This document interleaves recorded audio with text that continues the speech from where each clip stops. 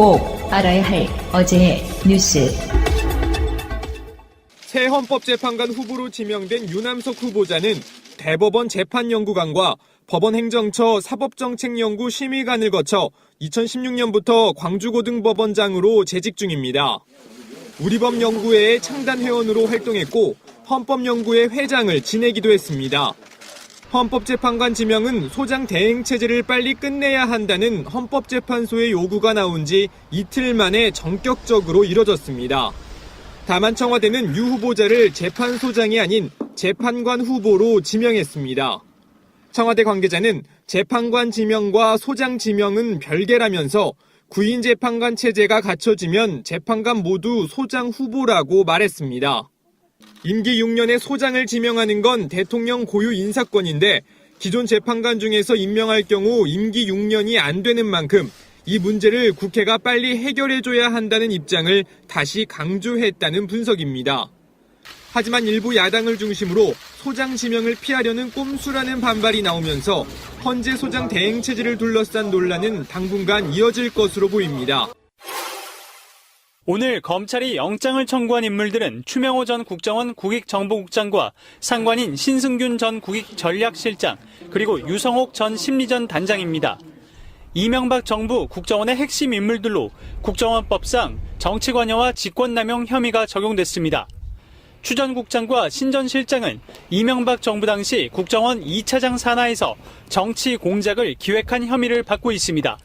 검찰은 추 씨가 박원순 서울시장 제안문건 작성에 직접 관여하고 신 전 실장과 함께 블랙리스트를 작성해 거론된 인사들을 방송에서 하차시켰던 것으로 파악하고 있습니다. 이 같은 범죄 행위는 당시 팀장급이었던 추 씨가 박근혜 정부 들어 국장급으로 진급하면서 문화예술계 블랙리스트로 이어졌다고 검찰은 의심하고 있습니다. 신 전 실장은 2012년 총선과 대선 당시 여권에 유리한 여론조사 비용을 국정원 예산으로 사용한 혐의도 받고 있습니다. 유성옥 전 심리전 단장의 경우 앞서 국정원 민간인 댓글팀을 운영한 혐의로 구속 기소된 민병주 전 단장의 전임자로 민 전 단장과 마찬가지로 국고 손실죄가 적용됐습니다. 지난 4월에 낙동강 하만보를 수중 촬영한 영상입니다. 바닥에 긴 균열이 나 있고 군데군데 콘크리트도 떨어져 나갔습니다. 다른 바닥보다 무려 20cm나 더 내려앉은 곳도 있습니다. 지난 5월 창녕보를 촬영한 영상에서도 이런 균열들이 곳곳에서 확인됩니다. 수문을 열었을 때 쏟아지는 수압으로 보 본체가 상하지 않도록 보호하는 바닥 보호공이 깨지고 내려앉은 겁니다. 지난 2013년 감사원은 애초 설계가 잘못된 데다가 땜질식 보수만 하고 있다며 근본적인 보강 방안을 마련하라고 지적했습니다. 그런데도 수자원공사는 이런 지적을 무시하고 계속 땜질 보수만 해왔습니다. 자문 교수의 거듭된 충고도 무시했습니다. 어디 한 군데 떼운다고 해서 해결되지 않습니다. 근본적으로는 이 구조물이 없어지기 전까지는 언제든지 계속 재현될 겁니다. 근본적인 보강 조치를 하지 않으면 보 본체의 안정성에도 영향을 미칠 수밖에 없는 상황. 게다가 또 다른 문제는 16개 보 가운데 14개 보는 바닥보호공의 하자 보수 기간이 끝났다는 겁니다. 다시 말해 앞으로 들게 되는 보수 비용은 모두 혈세를 들여야 합니다. 국민의 천문학적인 혈세가 다시 들어가게 됐는데요. 왜 이런 일이 계속 또 진행되고 있는지 이거에 대한 책임 소재를 이제는 명백히 따질 때가 됐다고 생각합니다.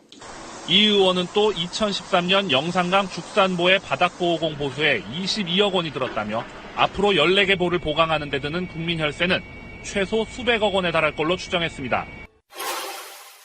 이명박 전 대통령이 불법 정치 댓글 공작으로 논란이 된 국군 사이버사령부의 인력을 확대하라고 직접 지시한 사실이 문건을 통해 확인됐습니다. 더불어민주당 김혜영 의원은 국회 정론관에서 기자회견을 열어 지난 2010년 12월 1일 청와대 대통령실에서 국방부 장관을 수신자로 작성한 대통령 지시사항 이행 및 보고 지시 문건을 공개했습니다. 이 문건에는 이 전 대통령이 2010년 11월 22일 청와대 수석비서관 회의에서 사이버사에 추가로 필요한 소요는 현역병과 민간 인력으로 보강하되 현역병은 복무기간이 지나면 제대하므로 민간 인력 활용이 필요하다고 구두로 지시한 내용이 명시됐습니다. 방송 중간에 좋아요를 눌러주시면 새날팀들에게 큰 힘이 됩니다. 미리 감사합니다. 트위터가 진짜 언론입니다.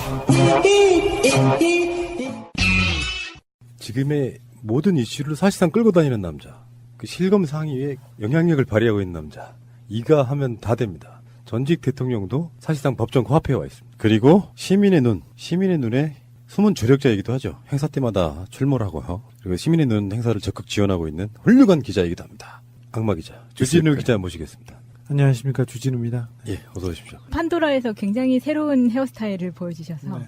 아, 요즘 또 헤어스타일 뜨더라고. 아니요, 그게 아니라 저는 머리 관리를 안 해서 이렇게 머리를 내리고 다니는데 네. 텔레비전 나왔다고 헤어해 주시는 분이 저를 좋아하세요. 그래서 네. 잘 이렇게 말아주셨는데 제가 살다 댓글에 머리 지적질이 그렇게 많아요. 머리가 뭐야, 아줌마 아니야, 심상정하고 진짜 닮았어. 근데 거기까지는 제가 이해할 수 있고 그럴 수도 있는데, 제가 스님한테 지적질 받았어. 헤어스타일 뭐냐고, 이게. 명진 스님이 연락 왔어. 주진우인 것 같아서 봤더니 주진우네. 근데 머리가 뭐야, 그렇게 하면서 크크 하면서 비웃어가지고 전화가 왔어요. 그래가지고 머리가 뭐냐고, 아니 예쁘다고 하고 넘어가긴 했는데, 제가 스님한테 머리 지적질할 정도였어요. 꽤 오래전에 저런 머리를 하고 다닌 적 있어요. 근데 이게 뚱뚱한 사람한테는 안 어울려. 약간 호리호리하고 그렇지. 좀 스마트해 보이는 머리인데 그냥 할 말 없으니까 하는 소리예요. 저 머리 짧은 뭐 이상해요. 아니요. 근데 그렇게 얘기해서 그렇지. 이게 좀 약간 구린 머리죠. 80년대, 90년대, 80년대 다 이랬잖아요. 그렇지. 네. 가운데 가는 거. 네, 배철수 형도 그 얘기하더라고. 이거. 자기 대학교 다닐 때 저랬는데 아직도 저런 애가 살아있네, 이렇게. 제도로서의 민주주의가 흔들리고 구타는 일은 이제 없습니다. 민주주의가 밥이고 밥이 민주주의가 되어야 합니다. 뭐 정권이 바뀌기도 했고요. 낙곰수를 꾸준히 들어왔던 사람들 입장에서는 정말 어쩌면 정말 해묵은 사건이기도 하고 네. 풀리는 실마리가 보인단 말이에요. 이제서야. 네. 그래서 이제 주진우, 이명박 뭐 등등등등 하면 물어볼 이야기는 수도 없이 많으나 오늘 물어볼 이야기는 딱 두 가지만 한정하겠습니다. 선택과 집중. 일단 BBK 피해자들이 이명박 대통령을 고발했단 말이에요. 여기에 관련된 이야기. 그래서 요즘에 유행어가 되고 있는 다스는 누구 겁니까? 해시태그 운동하고 있죠. 요거 하나 여쭤보고요. 그 다음에 두 번째, 또 얼마 전에 조사받고 나오신 박근혜 5천 살인 사건, 유족들이 재수사 요청해서 지금 그게 받아들여졌단 말이에요. 이 두 가지만 간단하게, 짧게, 한 3시간만 물어보겠습니다. 그러지 마요. 자, 오늘 주진희 기자가 오셨는데, 오늘 지금 밥 안 먹은 지 몇 시간이나 되셨어요? 점심 때 조금 먹었어요. 그리고는 약속이 한 10개 넘게 있었어요.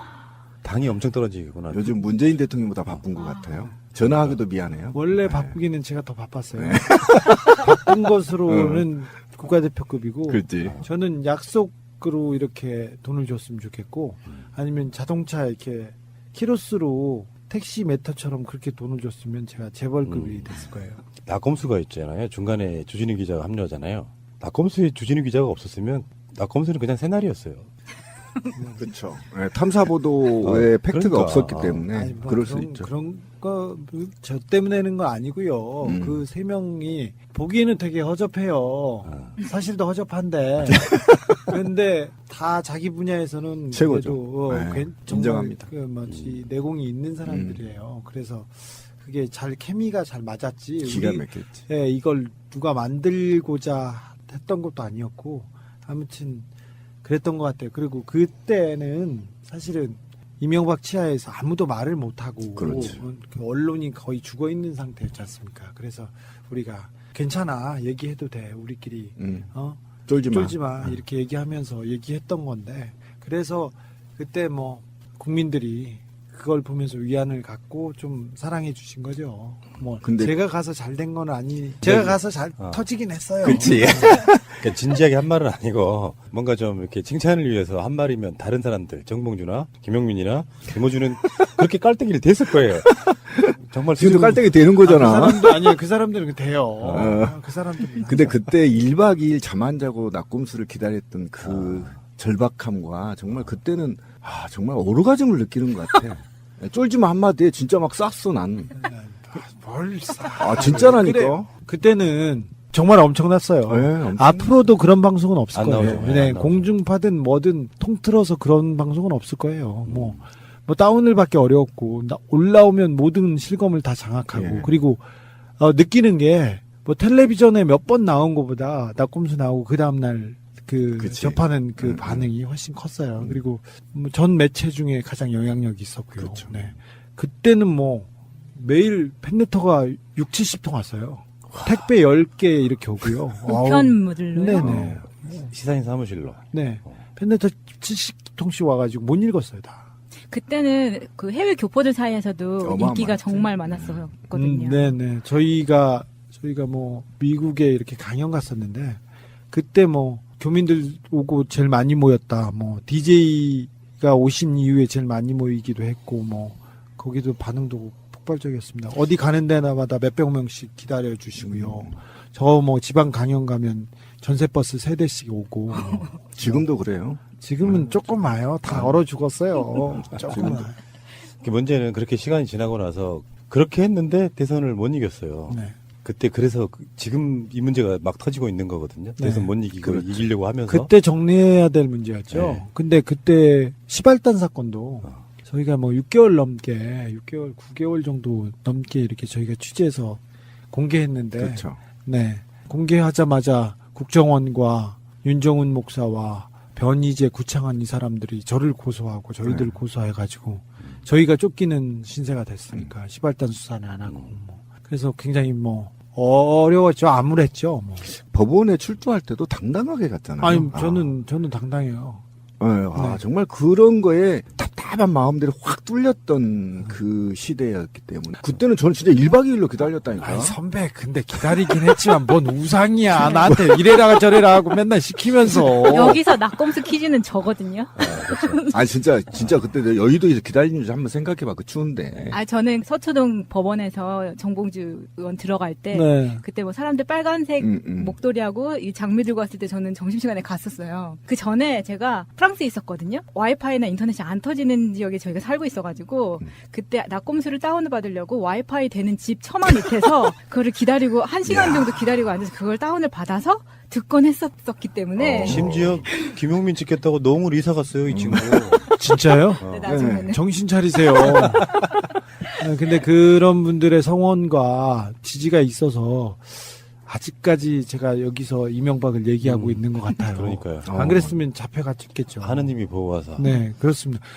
지금 생각해보면 아찔해요. 어떻게 그 세월을 견뎠고, 그리고 제가 또 거의 교도소 담장위를 걸어 다녔잖아요. 그치. 네, 구속영장이 청구돼서 감옥에, 뭐 유치장에 들어갔으니까 수갑차고. 근데 그래도 국민들이 관심을 갖고 지켜봐줘서 아마 사법부에서도 올바른 판단을 했다고 생각해요.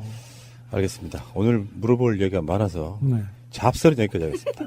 잠시 후에 오겠습니다. 다스는 누구 겁니까? 이 질문이 팟캐스트 댓글에도 계속 써요. 지금 예를 들어서 우리가 나갔던 뭐 박근혜 재판 깽판 놓기 댓글 달고 그런데 다스는 누구 겁니까? 이게 이제 주진희 기자의 페이스북하고 파파이스를 통해 가지고 이렇게 확산되고 있는 거죠. 네. 그리고 실제로 그때 실검 1위를 다음 같은 경우는 계속 다스가 잡고 있는 그 상태였었거든요. 네이버도 뚫렸어요. 네. 결코 열어주지 않는 네이버도. 그래서 굉장히 지금 뭐 뜨겁게 살고 있습니다. 네. 근데 그 다스나 BBK에 대해서는 네.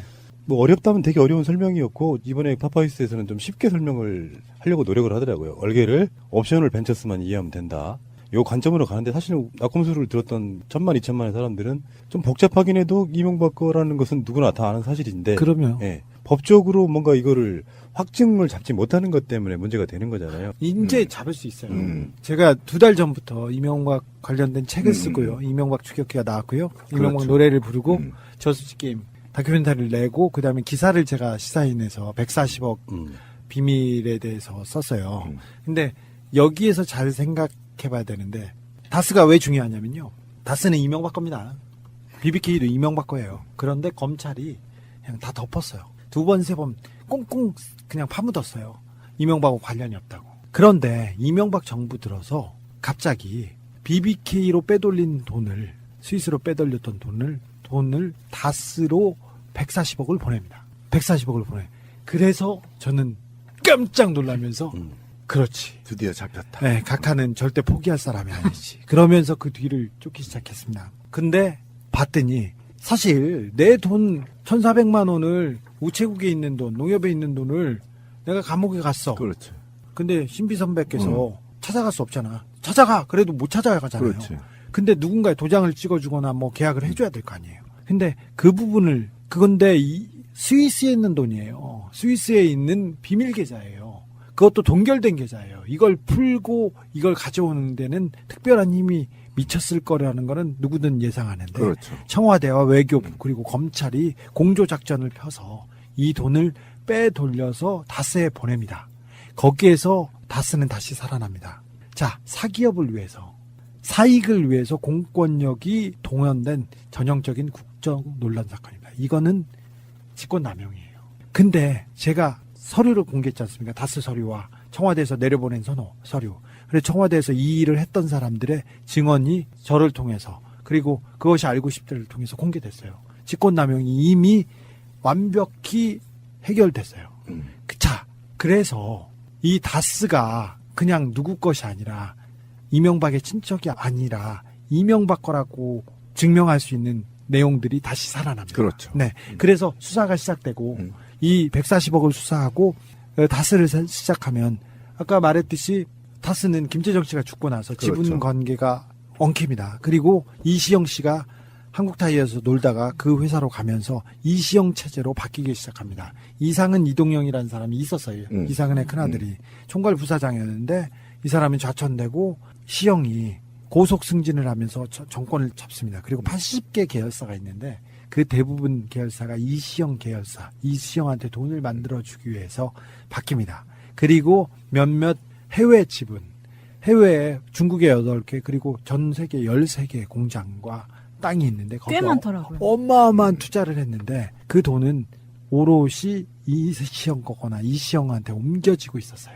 그래서 이 돈 거래를 파보면 이명박 거란 게 명확해집니다. 최근에 그 JTBC 보도가 이제 그게 좀 약간 촉발점도 된 것 같아요. 그러면서 지금 BBK 피해자들이 고소했잖아요. 네. 이명박을. 그 사건에 있어서 가장 중요한 증인 중에 하나가 기자님일 수 있다고 생각이 들거든요. 네, 그렇죠. 제 자료가 그렇죠. 그래서 직접 경찰에서 지금 참고인 조사 같은 거 검찰에서 불렀나요? 이제 배당을 했으니까 이제 수사를 진행하겠죠. 만약에 그러면 기자님이 검찰이라면 어디서부터 푸시겠어요? 예를 들면 그 팁이 있어야 될 거 아니에요. 검찰도 이미 제가 공개한 자료와 증언 책에 다 나와 있어요. 네. 이명박 추격기 다 써놨어요. 써 있고요. 그래서 이명박 추격기하고 시사인만 보면 다 됩니다. 그 부분을 좀 짚어줘야 될 것 같아요. 제가 계속 봐도 헷갈리는데 MB가 대통령이 되고 나서 네. 민정수석실과 검찰, 그 다음에 국세청, 그 다음에 미 대사, 그 LA 총영사, 네. 이게 합동으로 움직였다는 거잖아요. 그 네, 책에 보면 움직였어요. 맞죠? 네. 당선 이후인 거잖아요. 네, 당선 네, 이후죠. 이명박 그렇죠. 정권에 있을 때. 그래서 그 그렇지. 돈을 빼왔어요. 그러니까 이게 국기문란 사건이 그래서 맞다는. 특검이 2번이나 있었잖아요. 네. 이명박 관련해서 하나는 BBK 관련한 거였고 하나는 내곡동, 하나는 내곡동 사저특검이 네. 둘 다 덮어버렸잖아요. 네, 사실은. 둘 다 제가 문제 제기해서 시작됐고요. 둘 다 네. 완벽하게 막 덮었죠. 그때 제 기억난 게 검찰 제3자의 것으로 추정된다 뭐 이렇게인가 됐어요. 이명박 호가 제3자라니까요. 그랬죠. 맞죠. 검찰이 제3자 것으로 추정된. 이상은도 김재정도 아니라고 네. 했는데 그 제3자가 누구냐면요. 이명박이에요. 그렇죠. 근데 그 제3자를 검찰이 안 밝힌 거예요. 제3자 이명박 선생. 네. 참, 네. 그때 검찰은 다 덮어버렸던 자기들이 네. 이제 와서는 과연 신뢰 있게 할 수 있나요? 그게 어려워요. 네. 자기 동료인데 다 동료들이 하고 친구들이 다 그대로 있어요. 그렇죠. 그런데 그 사람들을 잡아 넣거나 그 사람들을 이게 무릎 꿇리는 건 어려워요. 그래서 140억 수사가 굉장히 그래서 중요해요. 핵심이다. 이거는 심플해요. 140억을 가져오기 위해서 그 공권력이 움직인 국기문란 사건이에요. 이것만 뚝 하면요. 그건 BBK와 다스는 천천히 해도 돼요. 그래서 거기에서 길을 내서 이 검찰도 다치지 않고 이 수사로 가려고 제가 이명박에 대해서는 박사학위를 한 10개 정도 쓸 수 있을 것 같아요, 지금.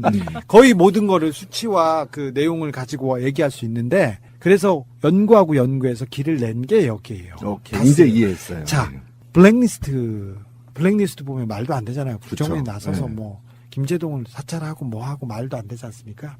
그런데 그거는 문화예술팀, 국정원 문화예술팀 말단 직원들이 한 거예요.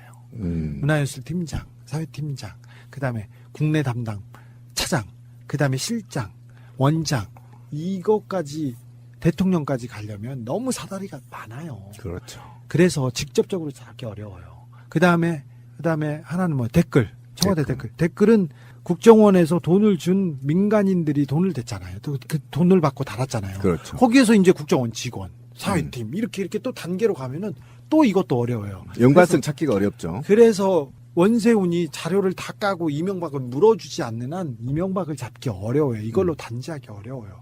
적폐청산 좋은데 적폐청산의 적폐의 우두머리, 개혁의 첫 번째이자 알파이자 오메가에 되는 이명박을 놓고 우리가 어떻게 개혁을 얘기하고 적폐청산을 얘기합니까? 그렇죠. 이명박을 잡아야 돼요. 이명박을 잡아서 이명박이 돈을 위해서, 사리사욕을 위해서 정치를 했고 대통령이 됐고 국가와 민족을 팔았다는 얘기를 분명히 해줘야 돼요. 그래야 역사가 바로 서고 그 다음에 우리나라가 앞으로 갑니다. 돈을 위해서 아무렇게나 해도 되고 정치를 이용해도 된다는 것을, 그런 선례를 남기면 우리나라는 미래가 없다는 게 저의 생각이에요. 블랙리스트 수사, 국정원 댓글, 개혁 다 좋아요. 근데 이것 또한 이명박을 향해야 되고, 이 모든 적폐청산의 시발점이다 끝은 이명박이 있으니 이명박을 잡아야 돼. 새가 날아든다는 여러분들의 하트를 먹고 삽니다. 잊지 않으셨죠? 에피소드 제목을 누르고 플레이가 되면 오른쪽 위에 하트를 꼭 눌러주세요. 오늘도 감사합니다. 더 많은 분들이 들을 수 있도록 하트 꼭 눌러주세요. 이명박이 언젠가는 포토라인에 선다. 네. 제목이 워낙에 많잖아요. 지금 네. 걸려 있는 것만. 제목이. 네. 근데 그 중에서 어떤 걸로 가장 먼저 설 것 같습니까? 이 140억 수사를 여러분 잘 생각해 보세요. 그제 검찰총장이 위법한 사항이 나오면 뭐 이명박 처벌할 수 있다고 했고, 네, 했습니다. 법무부 장관도 뭐 법에 위배됐으면 한다고 했어요. 이런 얘기가 전직 국가원수한테 쉽게 할 수 있는 내용이 아니에요. 그리고 전직 국가원수인데 수사를 하찮은 걸로 시작할 수도 없어요. 그리고 오라가라 할 수도 없어요. 근데 팀을 꾸려서 배당을 했다는 것 자체가 이미 범죄에 대해서 어느 정도 규명을 했고 어느 정도 자신이 있기 때문에 수사에 착수했어요. 네, 여기까지만 얘기할게요. 네. 이 140억을 가져온 그 사건이 가장 크고요. 그다음에 이명박에 대한 적폐 중에 이명박을 직접 처리할 수 있는 몇 가지가 있는데, 삼성과 이명박 간의 거래가 조금 있어요. 얼마 전에 4조가 넘는 돈을 저 이건희한테 찾아서 그냥 줘버렸지 않습니까? 그렇죠. 그냥 줄 우리 각하가 아니에요. 삼성과 이렇게 이명박 간에 거래가 있어요. 그 거래가 조만간 나올 거예요. 그 다음에 롯데월드를 짓기 위해서 비행장을 3도 꺾는 이런 말도 안 되는 국가 안보를 사리사욕에 처바친 그런 사건이 있어요. 근데 그 사건, 이런 식으로 경제 사건, 이명박의 돈 사건에서 이명박은 수사가 진행될 거예요. 물론 국정원의 국정농단, 댓글 블랙리스트도 진행됩니다. 이명박은 대통령이 된 것도 정치를 한 것도 돈 때문이었어요. 그래서 돈을 찾아서 이명박의 범죄 행위를 하나씩 둘씩 밝히는 게 이명박을 잡는 것이고, 이명박이 가장 안타까워하는 부분이기도 합니다. 그리고 제가 궁금한 게 그 140억의 소수, 네. 소수가 어디였었죠? 소수는 뭐야? 정말 발음 무진 분입니다. 뭐 이해하시죠? 소스가 누구냐고요? 이명박 140억이요? 140억이. 도곡동 땅을 팔아서 도곡동 판매 금액이죠? 판매 금액을 다스가 가지고 있다가 예. 다스에서 그 BBK로 넘긴 거죠. 190억을 줬는데 처음에는 50억만 주고 140억은 다른 데다 두고 도망갔었죠. 제가 주말에 도곡동 바로 거기 갔다 왔거든요. 결혼식 때문에. 딱 거기서 주지림 기자 얼굴이 보이더라고. 그 모든 그 인생의 어퍼랄까 인연이 거기서부터 시작돼. 자, 근데 뭐 어쨌든 간에 지금 말씀하시는 거를 들으면 한 가지 제목만 있으면 그걸로 조사하고 부르면 되는데 너무 방대하게 걸쳐 있고, 아까 말씀하신 것처럼 전직 국가원수라는 나름대로 무게감 때문에. 근데 지금 국민 여론조사를 보면 75% 이상, 4분의 3 이상이 이명박 수사해야 된다고 나오고 있잖아요. 그러면 네. 여기서 검찰이 망설일 필요가 있을까요? 그래서 국민들이 관심을 갖고 다스가 누구 겁니까 이 얘기를 외치기 시작해서 검찰에서 배당도 하고 이제 그렇죠. 수사를 하기 시작하는 거예요. 사실 박근혜가 그런 사람인지 몰랐나요? 다 알았는데 정치권에서 뭐라고 했습니까? 야, 탄핵이 불가하다. 그리고 책임 총리제로 나눠 먹어야 된다. 뭐 이런 얘기를 했었어요. 그렇죠. 근데 여러분들이 깨어있는 시민들이 이 박근혜로 이 아무것도 하지 않는 이런 사람이 대통령에 있는 거는 못 참는다. 어서 빨리 물러나라, 내려와라 이렇게 함성을 지르고 촛불을 들어서 박근혜 정부가 이게 막을 내리게 된 거지 않습니까? 그렇죠. 근데 국민들이 이명박이 국가와 국민을 위해서 한 것이 아니라 자기 사리사욕을 위해서 이렇게 했구나. 이 얘기를 하기 시작하고 여기저기서 이명박의 적폐를 청산해야 우리 역사가 바로 선다. 이 목소리가 들리기 시작해서 검찰이 나선 거예요. 그렇죠. 그래서 둔 거지. 전직 국가원수입니다. 섣불리 움직일 수 있는 부분은 아닙니다. 2003년에서 2005년 사이에 다스에서 만들어진 비자금이라고 하는 게 뭐 별다른 게 있겠어요. 횡령해서 슈킹해놓은 돈인 거잖아요. 공금을. 그게 비자금인 거잖아. 그게 한 100억 원 정도 만들어져 갖고 네. 그런 것들이 이제 그 단초가 돼서 이제 점점 괴물처럼 커가는 거죠. 어떻게 보면. 이명박은요. 2000년대 중반, 2010년까지도 수기장부 썼어요. 다스에서. 왜 그러냐면 돈 빼돌리려고 했어요. 그러니까. 돈 빼려고. 그래서 수기장부를 했어요. 비자금. 네. 사실 그게 이명박 그 모든 범죄상에 네. 푸는 전 단초라고 그럼요. 보고 있거든요. 네, 네. 그 수사를 시작하면 모든 것들이 다 풀릴 수밖에 없는 그거잖아요. 비자금이 나왔을 때 수사를 했어야 되는데 그래. 그냥 덮었죠. 내곡동 사저를 샀을 때 그 이시영이 낸 돈도 청와대에서 국권이 나오고 그다음에 비자금이 나왔어요. 근데 그렇죠. 내곡동 특검에서 아예 건드리지 않았죠. 근데 그게 뭐가 문제가 되냐면 이명박의 이제 대통령일 때는 공소시효가 중지되잖아요. 5년 동안. 그렇죠. 근데 그 지금 아까 말한 포괄일제라고 하는 게 공소시효가 10년인데 5년을 빼면 지금도 공소시효가 있거든요.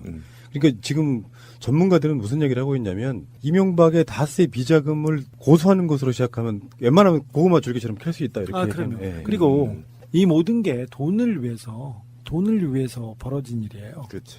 돈을 위한 거대한 사기 사건이에요. 그래서 돈의 행방을 찾아야죠.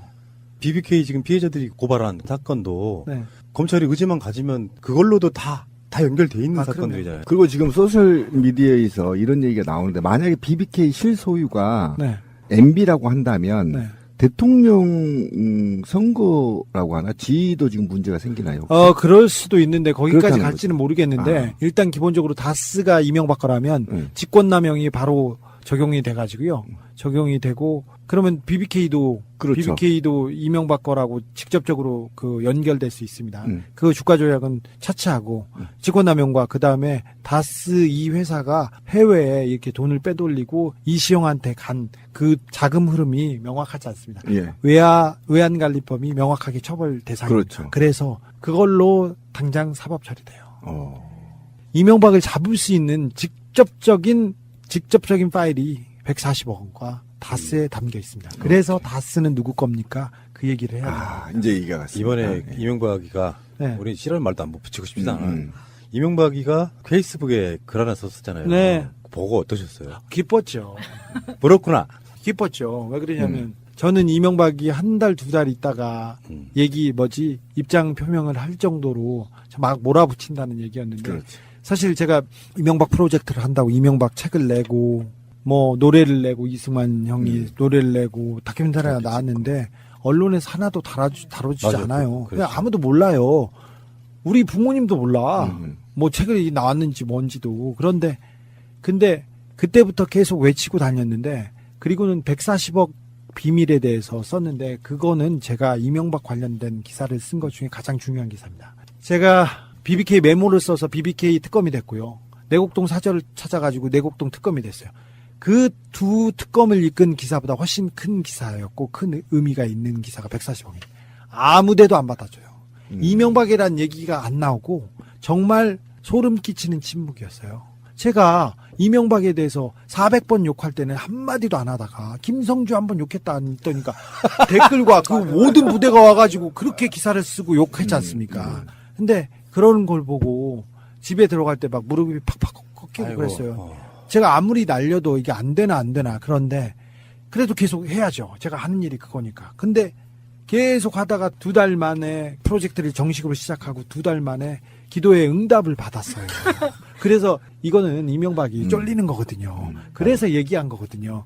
그리고 그 주변에서 김효재, 이동관 그렇지. 계속 나온 게 그래서 얘네들 불안해하고 있다. 쫄렸다. 제가 기사를 쓰고 그 내부 반응을 봤는데 바로 대책회의를 하고 다스에서는 계속 서류 갈고 있더라고요. 그걸 보고 되겠다 이렇게 할 수 있다 했는데 이명박이 말을 하고 아까 입장 표명 그게 저한테 굉장히 중요했습니다. 됐다 이렇게 했죠. 그죠. 이명박이 이제 카운트 파트너인데 이쪽 반응이 있어야 우리들 입장에서 이명박의 죄상을 다시 꺼낼 수 있거든요. 그러면 누가 동원되냐면 주진우가 동원되는 거예요. 그러면서 이제 자연스럽게 공방이 오가기 시작하면 여론이 만들어지는 거거든요. 조만간 또 그럼 2차 나오겠네요. 그게. 이명박이 그 입장문이 페이스북에 썼지만 웃기기도 하지만 차라리 기사를 부르던가 서너 명 정도가 달라붙어 쓴 명문장이 됩니다. 자기들끼리는. 그럼요. 네. 고민 끝에 쓴 거네. 네. 회의하고. 지금 제가 봤을 땐 그래요. 너무 많이 걸려 있긴 하지만 선택과 집중을 해야 될 시기가 저는 왔다고 봐요. 동의합니다. 이것저것 다 벌려놔봐야 오히려 분산만 되고요. 다스는 누구 겁니까가 제대로 된 운동으로 자리 잡고 더군다나 지금 좋은 게 검찰이나 경찰이 재수사 요청하거나 고발한 사건 다 받아주고 있는 분위기거든요. 그래서 주진우를 검색하면 한 사건에만 걸려 있는 게 아니에요. 이따가 물어볼 그렇죠. 오촌 살인 사건도 경찰이 물었지 지금 재수사 하겠다고 했지. 나머지 지금 BBK 피해자들도 지금 재수사하고 있는 거잖아요. 그러니까 피해 당사자가 있기 때문에 수사를 할 수밖에 없는 거죠. 일단은. 그렇게 그렇게 되는 거죠. 그런데 뭐 말씀하시는데 어떤 분들은 그 깨어있는 분들도 다스 해가지고 맨날 쟤네들은 BBK 다스만 얘기해가지고 괜히 이 적폐청산을 그르치는 거 아니냐, 뭐 물타기 하는 거 아니냐 이런 글을 보고 굉장히 제가 가슴 아팠어요. 가슴 아팠어요. 근데 그거 아니에요. 그렇지. 이명박을 잡으시는 가장 확실한 카드예요. 나머지는 애매해요. 그리고 이 적폐의 근원이 이명박부터 시작됐기 때문에 그렇죠. 반드시 이명박을 잡아야 되는 게 적폐의 원흉인데. 그렇죠. 자, 개혁 좋아. 적폐청산 좋아요. 근데 다 잡고 이명박만 안 잡으면 이게 적폐청산이 됐다고 생각하십니까? 절반도 안 됐어요. 시작이자 끝이 이명박이에요. 이명박을 잡아야, 이명박의 돈을 찾아야 그 주변 사람들이 이제 무서워서 말 못하던 사람들이 이제 하나씩 둘씩 얘기하고 이제 자기도 잡혀가기 전에 하나씩 꺼내놓고 그러면서 이 적폐들이 하나씩 둘씩 이제 해소되는 거라고 저는 생각해요. 제가 감히 10몇 년 동안 이명박을 공부한 사람으로서 얘기하는 거지. 제가 뭐 다스는 누구 겁니까? 그게 유행어 된다고 뭐 좋은 사람도 아니고 뭐 다스에 제가 뭐 목숨 걸고 미친놈도 아니고요. 근데 이명박을 해결할 수 있는 가장 심플하고 쉬운 길이 이거라고 생각해서 이 얘기를 계속 하는 거죠. 제가 공무원 출신 입장에서 보면 이게 왜 중요하냐면 이명박이 이 영포 라인에 대한 만행이 행정공무원 사이에도 굉장히 많습니다. 제가 우리 방송도 여러 번 얘기를 했는데 나 영포 라인이냐 하면 이게 통한 시대가 있었어요. 그럼요. 예, 근데 나중에 알고 보니까 제가 우리 방송에서도 얘기했지만 따로 같은 고시 합격하고 뭐 그쪽에 태어나고 이래야 되는데 저기 구구까지 영포 라인이 있다는 겁니다. 그러면 제가 지금 염려스러운 게 뭐냐면 아직도 국가 통제에 벗어난 세력들이 국정원이나 검찰 내부에 이들이 있단 말이죠. 그대로 있습니다. 예, 이거를 빨리 청산하지 않으면 이건 아까 뭐 50이라고 그랬는데 저는 30%도 안 된다. 적폐청산. 청와대가 바뀌었습니다. 그리고 문재인 대통령이 됐습니다. 그런데 부서는 아직도 그대로예요. 맞습니다. 네. 뽑아야 아직도 됩니다. 역사 교과서 국정화했던 사람들 그대로 다 있어요. 승진해 있어요, 심지어. 아까 그 이야기 했잖아요. 이명박 특검이 2번 있었다고. 그렇죠. 거기에 특검에 파견나가는 검사들은 지금 현재 검찰에 그대로 있어요. 그렇죠. 그런 사람들이 검찰 내부적으로 뭔가 이렇게 조율이 돼가지고 실제로 이명박을 잡는 팀에 다시 들어간다면 어떻게 될까? 그래도 이번엔 잘할 거예요. 잘할 거라. 근데 왜 그러냐면요. 국민들이 지켜보고 있어요. 그렇죠. 지금 국민들이 분노하고 깨어 있죠. 있었어요. 네. 그래서 검찰들이 함부로 못해요. 생각해 보십시오. 박근혜를 잡는다니 현역 대통령을 잡는 현직 대통령 그리고 실질적 대통령 이재용을 잡는 일이었어요. 그렇죠. 이게 어떻게 가능하리라고 생각합니까? 근데 국민들이 촛불을 켜고 계속해서 지켜보고 야, 잘 못하면 촌농으로 떨어뜨려 죽이겠다. 지져 죽이겠다. 이렇게 촛불을 들고 있어서 그 사람들이 자각하고 수사를 열심히 한 거예요. 그래서 검찰이 정치인이 이 사회를 굴리지 않습니다. 깨어있는 시민들로 인해서 역사는 진보한다고 저는 믿고 있습니다. 멋진 말입니다. 이명박이 포토라인에 서는 걸 예상하시기를 네. 1월까지는 설 거다 이렇게 네, 했어요. 12월 1월 생각합니다. 네. 그럼 11월 1월 정도에 진짜 이명박이 이제 이게 전직 대통령이 포토라인에 선다는 것 자체는 사실상 유죄를 인정하는 것과 다른 게 거의 없거든요. 유죄 확신이 없으면 못 세운다고 검찰은. 그러면 네. 그럴 수 없죠. 근데 그 포토라인에 딱 서는 순간에 현장에 가 계실 거 아니에요. 아니 뭐 지켜봐야죠. 감정 정말 묘해하시겠어요. 네. 생각만 해도 기뻐요. 혹시 나는 이런 생각이 아까 네. 기도 자꾸 얘기하니까 크리스마스 선물을 우리가 받지 않을까? 아니면 내년 새해 선물로. 묘하긴 해요. 이번에 네. 박근혜 구속 연장일이 4월 16일이더라고. 그러니까요. 뭔가 좀 소리 쫙 치는 게 분명히 있어요. 구속 연장을 얘기하시고 걱정하시는 국민들이 많았는데 네. 사실 박근혜 구속 연장은 재론의 여지가 없어요. 그렇죠. 아니 박근혜를 어떻게 풀어줘요? 제목이 12개인가요? 거기다가 그리고 재판을 고의로 방해하고 연장하고 그렇게 또 거부했던 사람인데 아니 박근혜 구속연장을 안 풀어주면 모든 사람이 그렇게 하면 되지. 나 아파 안 가. 발가락이 아파 하고 4번째 발가락 3번째 발가락 계속 얘기하고 그런 식으로 재판을 미루고 미뤄서 그 재판을 사법부를 무시하면 그 사람은 6개월 있다 나갈 수 있다는 그런 선례를 남기기 때문에 이건 어렵고요. 두 번째로는 죄가 많아요. 추가 기소를 하지 않아도 많고 그다음에 그것도 이유고 세 번째로는 박근혜 주변에 그렇게 많은 의문사들이 있는데 나가서 자살 당하면 어떡해요? 아니요 이런 얘기는 아니에요. 아니야 자살이 아니라 테러 비슷한 거라도 맞아요. 당하고 저도, 그러면 네. 이게 그러면 그 뒷감당을 누가 합니까? 사법부가 할 겁니까? 검사가 할 겁니까? 이게 그래서 그 본인의 안녕과 건강을 위해서라도 감옥에 오래 계시는 게 박근혜 대통령한테는 을 위하는 거라고 충심 어린 그 조언입니다. 그걸 모르는 본인은 빡쳐가지고. 자기는 나올 줄 알았어요. 네. 근데 박근혜는 바본 것 같아요. 아니면 멍충이거나. 왜 그러냐면은 나오지 못할 거라는 걸 다 알고 있는데 자기만 몰랐어요. 본인만 모르는 네, 거예요. 본인만 몰라서. 탄핵도 전 국민이 다 알고 있었던 이야기를 자기만 모르고 있었다가 빡쳐가지고 주위에 있는 사람도 이상한 것 같고요. 이번에 그 판도라에서 주진우 기자가 한 말 중에 농협 210억 대출 사건? 네. 그 얘기 하셨죠. 네. 근데 그게 이명박이 배우다 이렇게 단정적으로까지 얘기했어요. 네. 이유가 뭐예요? 고소 당하시려고? 이명박은 고소할 수 없어요. 제가 팩트를 말하고 있기 때문에. 그러니까. 그 대출 사건은 있을 수 없는 사건인데 거대한 권력이 그다음에 권력이 움직여서 내준 사건인데 그 돈이 캐나다에서 사라졌거든요. 그 사기 사건에서 캐나다에서 사라진 돈이 케이만 군도에 가 있대요. 케이만 군도에 가 있는데 케이만 군도에 그 비자금 저수지에 잠자고 있다는 것을 본 사람이 있어요. 그 본 사람은 농협의 관계자고 책임 있는 사람이에요. 그 사람이 보고 얘기한 얘기. 지금 말씀하신 게 자원외교 비리의 줄기죠. 자원외교가 거의 모든 부분이 거기서 비슷한 패턴으로 됐어요. 그런데 그건 이명박 정권 초기였는데 그런 거 있잖아요. 이명박 정권 때 자원외교를 한다, 해외 투자를 한다고 해서 해외에 투자를 A에다 투자를 하거나 A를 사들여. 그리고는 거액을 주고 사죠. 그런데 그 A가 껍데기거나 아니면 망하고 그 다음에 정부에서는 이 돈을 찾지 않아요. 이게 패턴인데 이런 게 너무 많았어요. 자원외교는 거의 그런 패턴이었어요. 근데 캐나다에서 너무 많은 일이 있었는데 캐나다 하베스트 날 투자 사건에서는 거의 4조 가까운 손실이 있었고요. 그 다음에 캐나다 그 셰일 가스 관련돼서 1조 몇천억 원. 그 다음에 멕시코 볼레오도 캐나다 거고요. 나미비아 암바토비, 그 다음에 칠레에 있는 것도 이게 거의 대부분 캐나다에서 일어났어요. 여기서 10조 정도가 일어났는데 거의 대부분 손실 처리하고 사라져요. 이 돈이 캐나다에서 사라졌는데 그 돈을 정부에서 찾지 않아요. 근데 그 돈은 너무 어마어마한 돈이어서 어디 가서 누가 쓸 수도 없어요. 그래서 지금 잘 잠자고 있을 거니까 우리가 찾아보자고 제가 책에다 이명박 초기 때 그냥 다 적어놨잖아요. 네, 맞아요. 고소 못해요. 저수지 게임에도 나오죠. 고소 못해요. 모르는 순간 자기가 빠져드는 뭐 그런 덧친 거죠, 일종의. 근데 저는 그 저수지 게임 보면서 이 농협만 잘 수사하면 다 줄기가 나올 거라고 저는 생각이 들더라고요. 농협이 이명박의 어떤 자금 역할을 했던 거는 그렇죠. 네, 분명합니다. 그런데 북한 해킹했다 해서 다 지웠고. 예. 너무 말들이 안 되는 일이 있습니다. 참. 역사상 가장 추잡한 대통령 이런 느낌 좀 들죠. 박근혜는 약간 좀 이명박에 비하면은 조적 지혈인 것 느낌밖에 안 들고. 역사상 최악의 사기꾼이 대통령이 됐습니다. 네.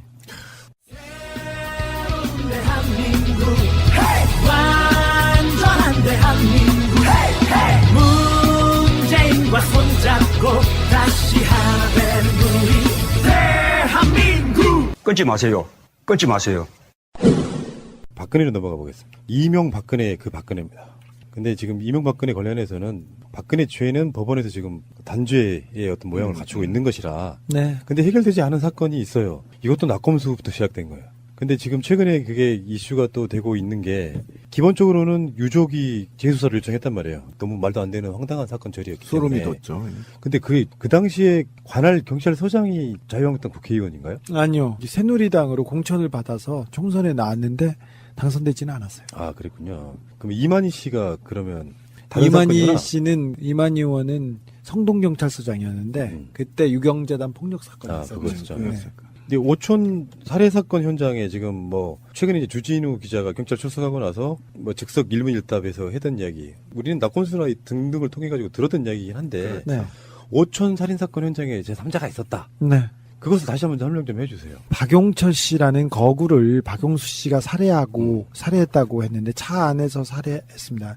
10군데의 자상, 그러니까 칼로 관통한 흔적이 있고요. 뭐 V자 X자로 그어진 흔적이 있고요. 머리에 두개골에 3곳에 함몰됐습니다. 쇠망치로 머리를 3번 가격했는데 100kg가 훨씬 넘는 박용철 씨를 70kg도 안 되는 박용수 씨가 그것도 죽은 사람을 들어서 그 차 뒤에 이렇게 내려놓는 것은 불가능한 일입니다. 근데 바짝 들지 않으면 안 될 만큼 그 혈흔을 보면, 흩어져 있는 혈흔을 그렇죠. 보면 끈 흔적도 없고요. 그냥 들어다가 그냥 버린 흔적이 있는데 그건 혼자서 있을 수 없는 일인데 그 현장에 살인 현장에 3명의 남성이 있다는 것을 목격한 사람도 있어요. 근데 그들 중에 관계자들을 직접 만나보신 적도 있잖아요. 그 중에 관계자들 한 많이 만났죠. 그러니까 그 현장에 있었을 법으로 추정되는 사람. 그 사람을 만나진 않았어요. 마지막 증언자. 그건 그 3사람이 술을 먹었는데 박용수, 박용철, 황선웅이라는 사람이 3사람이 밥을 먹었어요. 황선웅이라는 사람은 박용철의 부하 직원이에요. 깡패였어요. 깡패라고 볼 수 있죠. 근데 황선웅하고 박용철하고 같이 이렇게 다니는 사람이고 박용수는 멀리 있고 박용철이 이렇게 좀 보살펴주는 그런 사람이었어요. 근데 황선웅이 두 사람이 죽었지 않습니까? 박용수와 박용철이. 근데 그 다음날 진술에서 뭐라고 하냐면 박용선웅이 나는 용철이 형, 용수 형하고 요새 만난 적도 없고 전화도 하지 않았다. 그리고 우리가 1차에서 신사동에 있는 스텝바에서 술을 먹고 2차에 그 구찌 단란주점에서 술을 먹고 헤어졌는데 이렇게 됐다고 이렇게 얘기를 했는데 황선웅 씨는 박용철 씨하고 계속 전화를 하고 있었고 더 중요한 것은 박용철 씨하고 계속 전화하고 있었고 박용수하고도 더 빈번하게 전화를 해요. 갑자기. 그리고 그 죽은 날 전화한 흔적이 굉장히 살해당했을 때 그 직전, 직후 이런 식으로 통화 내역이 남아있어요. 근데 황선웅 씨는 저 경찰 진술에서 통화하지 않았다고 해요. 그리고 1차 술집 스텝바에서 술을 먹고 2차로 옮겼다고 했는데 1차 술 먹었다는 스텝바는 존재하지 않습니다. 신사동에 아예 없어요. 그런데 이 수사가 진행되지도 않고 끝났어요. 황선웅의 말대로. 자, 9월 6일이었어요. 2011년 9월 6일인데 5시 반쯤에 박용철 씨가 살해당한 걸로 그 산책로에서 발견돼요. 한 3시간 반 정도 후에 3km 떨어진 야산에서 목을 맨 숨진 박용수 씨가 발견돼요. 그렇죠. 그러면 벌써 뭐 아침이지 않습니까? 그런데 오후에 벌써 경찰이 박용수 씨가 박용철 씨를 죽이고 자살한 사건으로 결론을 내요.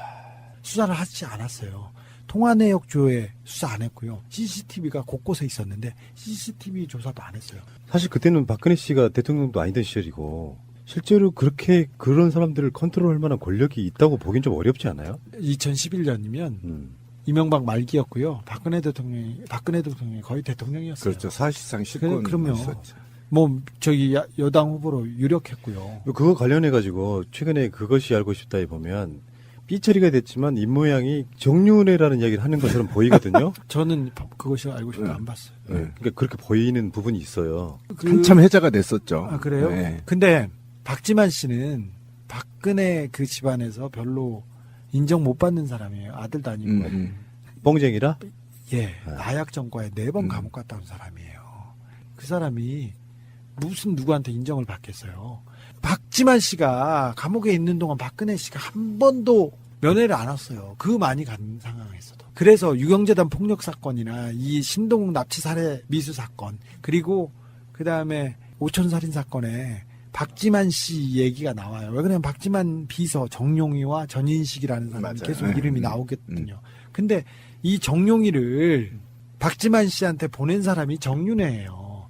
유경재단 폭력 사건과 신동욱 살인 그 미수 사건, 그리고 이런 모든 사건이 정윤회, 최순실, 박근혜가 했다고 이렇게 의심하는 사람들이 많아요. 박용철 씨는 캐나다로 이민 가서 잘 살고 있었어요. 자식들이 공부를 잘해가지고 굉장히 행복하게 살고 있었는데 2007년도에 그 경선 때 자기 경호 책임을 맡아달라고 박용철 씨를 캐나다에서 불러요. 경호실장이었어요. 근데 박근혜 씨는 모른다고 했어요. 나중에 살해된 박용철 씨를 모른다고 했어요. 그랬죠. 그랬어요. 그리고 2007년도에 그 박용철 씨와 같이 그 박근혜 씨 주변에 행동대장을 했고 이 유경재단 폭력 사건을 그 깡패들한테 종식시킨 한센병 환자들을 동원한 임두성 씨라는 사람은 박근혜 그 캠프의 핵심 간부였고요. 박근혜를 호위하고 따라다니는 사람이었어요. 이 경호원이었어요. 근데 그 사람은 정과 시비범임에도 불구하고 폭력배임에도 불구하고 2008년에 국회의원이 됐지 않습니까? 새누리당 비례대표 2번 남자 1번으로. 국가와 민족을 위해서 정치한다. 다 거짓말이에요. 이명박은 돈 때문에 그랬고 무슨 전과자를 데려다가 국가와 민족 정치를 얘기하고 있어요. 다 그 국민을 호도하고 개돼지로 보는 거죠. 그러니까 이 사건이 굉장히 단순하면서도 복잡한 이유는 박근혜의 악의 씨앗, 유경재단에 연관된 사건이었기 때문에 굉장히 중요하다 이런 얘기죠. 굉장히 유경재단은 사실은 박정희 대통령이 자식들을 위해서 박정희 대통령이 맨날 막걸리만 먹고 맨날 민방위복만 입고 다닌다고 했는데 저녁에 맨날 씨바쓰리갈 먹으면서 여대생 딸보다 어린애들 데려다가 이게 무슨 진짜 전 세계 전 세계 이 독재자들도 이렇게 더럽게 총 맞아 죽은 경우는 없어요. 근데 이 인간이 뭐 검소하다고요? 어떤 언론사에서 그렇게 만들었는데 그거 진짜 나쁜 새끼들이죠. 무슨 검소해요? 영남대학교 정수장학회 유경재단을 남겨놓고 갔어요. 지금 그냥 얼추 러프하게 그냥 대충 팔아도 몇십 조는 돼요. 10조 원은 훨 넘어요. 자, 근데 박근혜가 이걸 다 장악했어. 다 장악해서 살고 있는데 그래서 박지만 씨하고 박근영 씨하고 노태우한테 편지 쓰잖아. 맞아. 우리 언니가 최태민의 그 소나기에서 최태민의 품 안에서 지금 노란하고 있다고 구해달라고 해서 이렇게 합니다. 근데 유경재단에서 최태민이 너무 전횡을 저질러서 문제가 많이 나서 이거를 박근영한테 나옵니다. 그래서 박근영하고 박지만하고 파먹고 살다가 박지만이 갑자기 박근혜한테 붙어요. 왜 붙었는지는 뭐 경제적 이유와 몇 가지 이유가 있다고 봐요. 근데 그러다가 박근영 씨한테 신동욱이라는 남자가 생겨요. 근데 남자가 생기니까 신동욱은 안 된다 막 하면서 박지만 씨가 깡패를 보내요. 유경재단에. 그럼 여기도 우리도 깡패를 데려사가지고 깡패들끼리 싸우고 있는 거예요.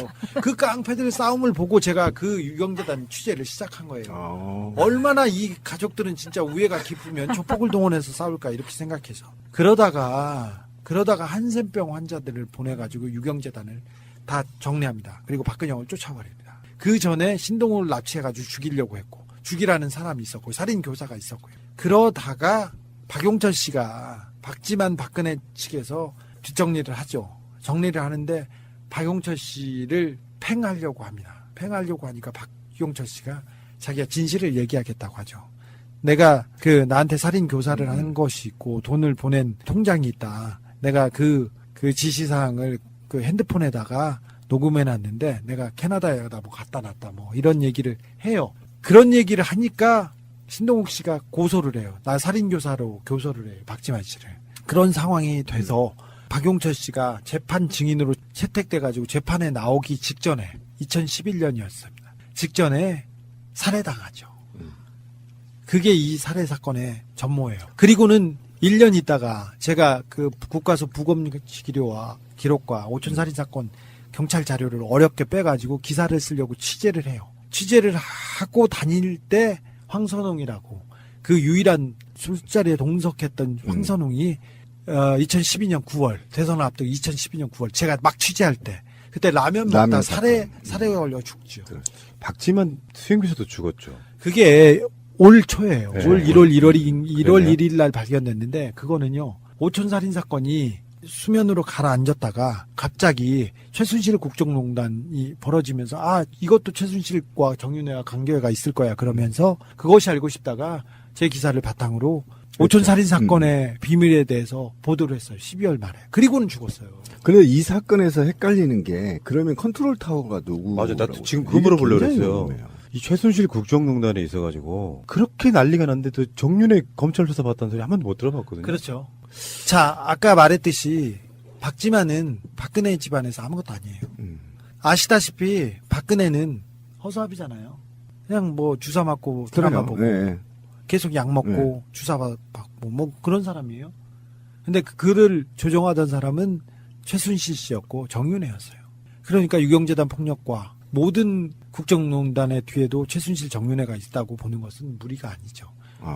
그렇게 되는 거구나. 박지만 씨는 뭐 약을 하고 뭐 몇번 감옥에 갔지만 그렇게 모질거나 그렇게 누구를 해하고 그런 사람은 아니래요. 주변에서는. 근데 그 잔인한 일이 있었어요. 그래서 저는 이 오촌살인 사건의 뒤에도 최순실 정윤회가 있었다. 미스테리. 박지만은 앞에 나와 있는 사람이고 정윤회, 최순실 그다음에 박근혜가 분명히 있었다고 생각해요. 살인 사건을 누구를 교사를 시켜서 저지를 수는 있어요. 그런데 이 살인 사건을 수사 못하게 막을 수 있는 힘까지 누구한테 있는지, 누가 이득을 받는지 그렇게 보면 명확하게 박근혜라는 이름이 나오죠. 그렇죠. 자, 보세요. 아까 휴대폰이 중요하다고 휴대폰 내가 휴대폰을 넣어놨다, 휴대폰을 숨겨놨다 이 얘기를 했지 않습니까? 그렇죠. 공개하겠다. 근데 경찰 수사할 때 박용철한테 휴대전화가 2개가 나왔어요. 갤럭시 탭과 휴대전화. 근데 경찰은 수사 과정에서 휴대전화를 잃어버립니다. 이게 말이 됩니까? 가장 중요한 건데 경찰이 잃어버렸어요. 팀장 백아무개 팀장, 이아무개 수사과장, 형사과장 이 사람이 1차적인 수사 대상이 돼야 됩니다. 그렇죠. 그래야 그 배우가 나옵니다. 그리고 폭력을 행사하고 살인을 교사하고 협박하고 살해 협박을 했던 폭력배들이 있어요. 이아무개, 전아무개 이름들이 다 있어요. 누가 누군지 알아요. 그 사람을 그 수사하고 그 위에 있었던 정용리 전인식을 수사해야 돼요. 근데 이런 이야기들을 이번에 경찰 들어가서 다 해주고 오셨어요? 하고 왔어요. 아니, 하고 왔어요. 근데 어디까지는 했어요. 경찰이 자기네들 그 경찰들을 먼저 수사를 하고 진실로 향해야 되는데 그럴 가능성이 어느 정도 될지는 잘 모르겠어요. 일단 기본적으로 뭐 수사의 방향과 어떤 내용에 대해서는 얘기를 했어요. 그러니까 물어보는 분위기를 보면 다르잖아요. 경찰서 자체가. 자, 다르고 좀 수사 의지가 있어 보여요. 그래서, 보였어요? 네. 그래서 좀 믿고 있어요. 저는 진심을. 근데 이게 복잡한 사건이 아니에요, 사실은. 간단하게 지금 나올 수 있는 사건이잖아요. 네네. 몇 가지 부분. 핵심만 짚으면 나올 사건. 그러면 다스는 누구 겁니까? 하고 하면 뒤가 답이 나왔잖아. 이명박이라고 답하셨잖아요. 그러면 박영철, 박영수를 죽인 범인은 누굽니까? 라고 묻는다면. 아니, 이건 청부 살해이기 때문에. 살인 교사가 누구겠냐는 거죠. 아니, 그 몇 명일 수는 있기 때문에. 박근혜, 최순실, 정윤회 그 세 사람이 제외하고도 있을 수 있나요? 뭐 박지만 씨까지 그럴 수 있죠. 4명 안에서 그렇지. 해결되는데 누가 이득을 받는가? 그렇죠. 범죄는 거기에서 시작되는데 맞습니다. 이득을 본 사람은 박근혜 씨가 맞고요. 그리고 이 정도의 폭력 사건과 살인 사건과 이 살인 그리고 이 수사를 못하게 막았다는 이 권력형 비리가 된 이 부분을 생각해 봤을 때는 뭐 박지만 씨보다는 그 윗선으로 보는 게 더 합리적이라고 저는 생각합니다. 이런 기자를 보셨습니까, 여러분? 이명박, 박근혜를 둘 다 잡고 있어요, 지금. 일개 기자 한 분이. 놀랍다, 이런 생각이 드는데. 대통령 전문 기자. 아니, 그건 이제는 잘 모르겠는데요. 네, 저는 오직 2분만 보는데 한 분은 가셨으니까 세세하게 이제 하고 오직 저는 이명박만 생각합니다. 하루에 이명박 얘기를 너무 얼마나 하는지 얼마나 생각하는지 그분은 모르실 거예요. 이거 잘 모르신 분이 있어요. 이명박 박근혜 잡기 전에 누구 잡았는 줄 아세요? 이건희 잡다가 이명박으로 넘어갔어요. 저는 3명만 오직 네, 오직 이명박 박근혜 이건희, 삼성이 이렇게만 경제계 대통령까지 3명의 대통령을 그냥. 네, 제가 삼성 김용철 변호사 특검 기사를 써서 삼성 특검이 됐습니다. 이건희가 물러나고 그다음에 사과를 했었죠. 그 안에서 그렇지 어마어마해요. 삼성 이건희 이야기도. 그럼 문재인 정부에서는 뭐 훈장 하나 안 줍니까? 누구야? 아이, 뭐 무슨 뭐 이렇게 돈을 뭐 해줄 수는 없어도 훈장을 하나 줘야지. 그런 거 바라지 않고요. 네, 잘 수사가 마무리돼서 저는 우리 사회가 앞으로 나가야 되는데 이명박이 이 역사를 되돌리면서 민주주의와 법치주의를 되돌리면서 이 사회를 망가뜨렸다고 봐요. 한국 피파 랭킹 62위인데 62위예요. 근데 우리의 사는 것도 62위 정도밖에 안 돼요. 냉정하게 보면 서유럽 어느 나라보다 그 잘 살거나 행복하지 못하고요. 그다음에 일본, 미국, 캐나다 뭐 그리고 우리가 알고 있는 우리가 경쟁해야 될 어떤 나라보다 삶의 질이 떨어집니다. 그렇죠. 이게 무엇 때문이냐면은 지도자들 때문이라고 생각해요. 이렇게 똑똑하고 이렇게 성실하고 이렇게 열심히 일하는 사람들이 어디 있어요? 이렇게 선하고 착하고. 근데 이 사람들의 방향을 잘못하고 그리고 자기 사리 사욕을 채우기 위해서 정치를 팔고 국가를 팔고 국민을 팔았어요. 그래서 이명박을 단죄해야만이 우리 사회가 앞으로 나갈 수 있다고 생각하기 때문에 이 패러다임을 바꾸는 거는 이명박의 그 척결, 이명박의 구속에서 시작된다고 저는 믿습니다.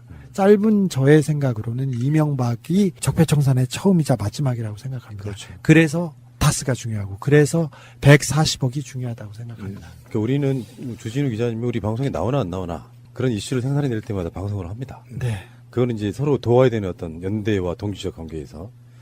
그런데 주진우 기자가 개인으로서 두 가지 이야기를 해보고 싶어요. 뭐 오늘 주제는 좀 먼 얘기지만 첫 번째는 현재 주간지 1위가 시사인됐죠. 네, 오래됐죠. 오래됐죠. 그게 주진우 기자 덕이잖아요. 아니 그렇게까지는 그래 얘기하지 마시고 깔때기 그냥 되셔도 되는. 그렇게까지 얘기하면 뭐 시사인 기자들은 되게 훌륭합니다. 네.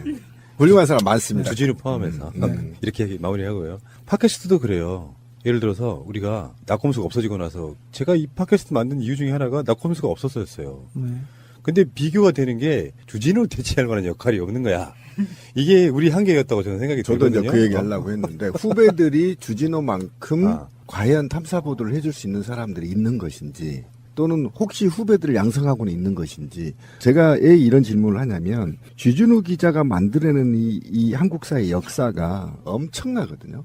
그러니까 이게 만약에 주 기자가 다른 일을 만약에 하게 된다 그러면 저 역할을 사회적으로 누가 해야 되는 것인지 이게 굉장히 불안해요. 저도 깝깝한 게 좀 기레기 얘기가 너무 많이 나오는데 그러니까 한겨레나 경향 같은 기자들도 보면은 굉장히 깝깝해요. 기자 같은 느낌이 없는 경우가 많잖아요. 이상한 저기 몰입해 있고 막 그런 느낌인데 주진우 기자가 보기에 실제로 지금 기자들 보면 깝깝한 경우 되게 많을 것 같은데 잘 안 봐요. 그래서 네 저는 방송 뉴스를 안 본 지 오래됐고요. 그리고 그 어디 신문을 보지 않은 지 오래됐어요.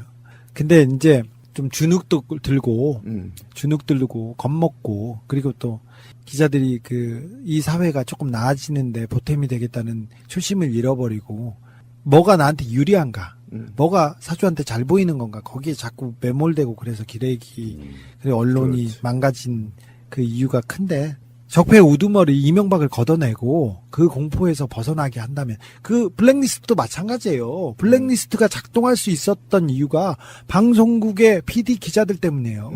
그리고 언론사의 기자들 때문이에요. 블랙리스트에 대해서 기사를 쓰고 호의적으로 쓰면 자기네들이 이 불이익을 볼까봐 이게 작동한 게 다 그런 것 때문인데 그렇지. 이제 그 거대한 이 깡패 집단을 권력을 잡고 있던 깡패 집단을 도려내면 아마 자기 자리로 되돌아오지 않을까 생각합니다.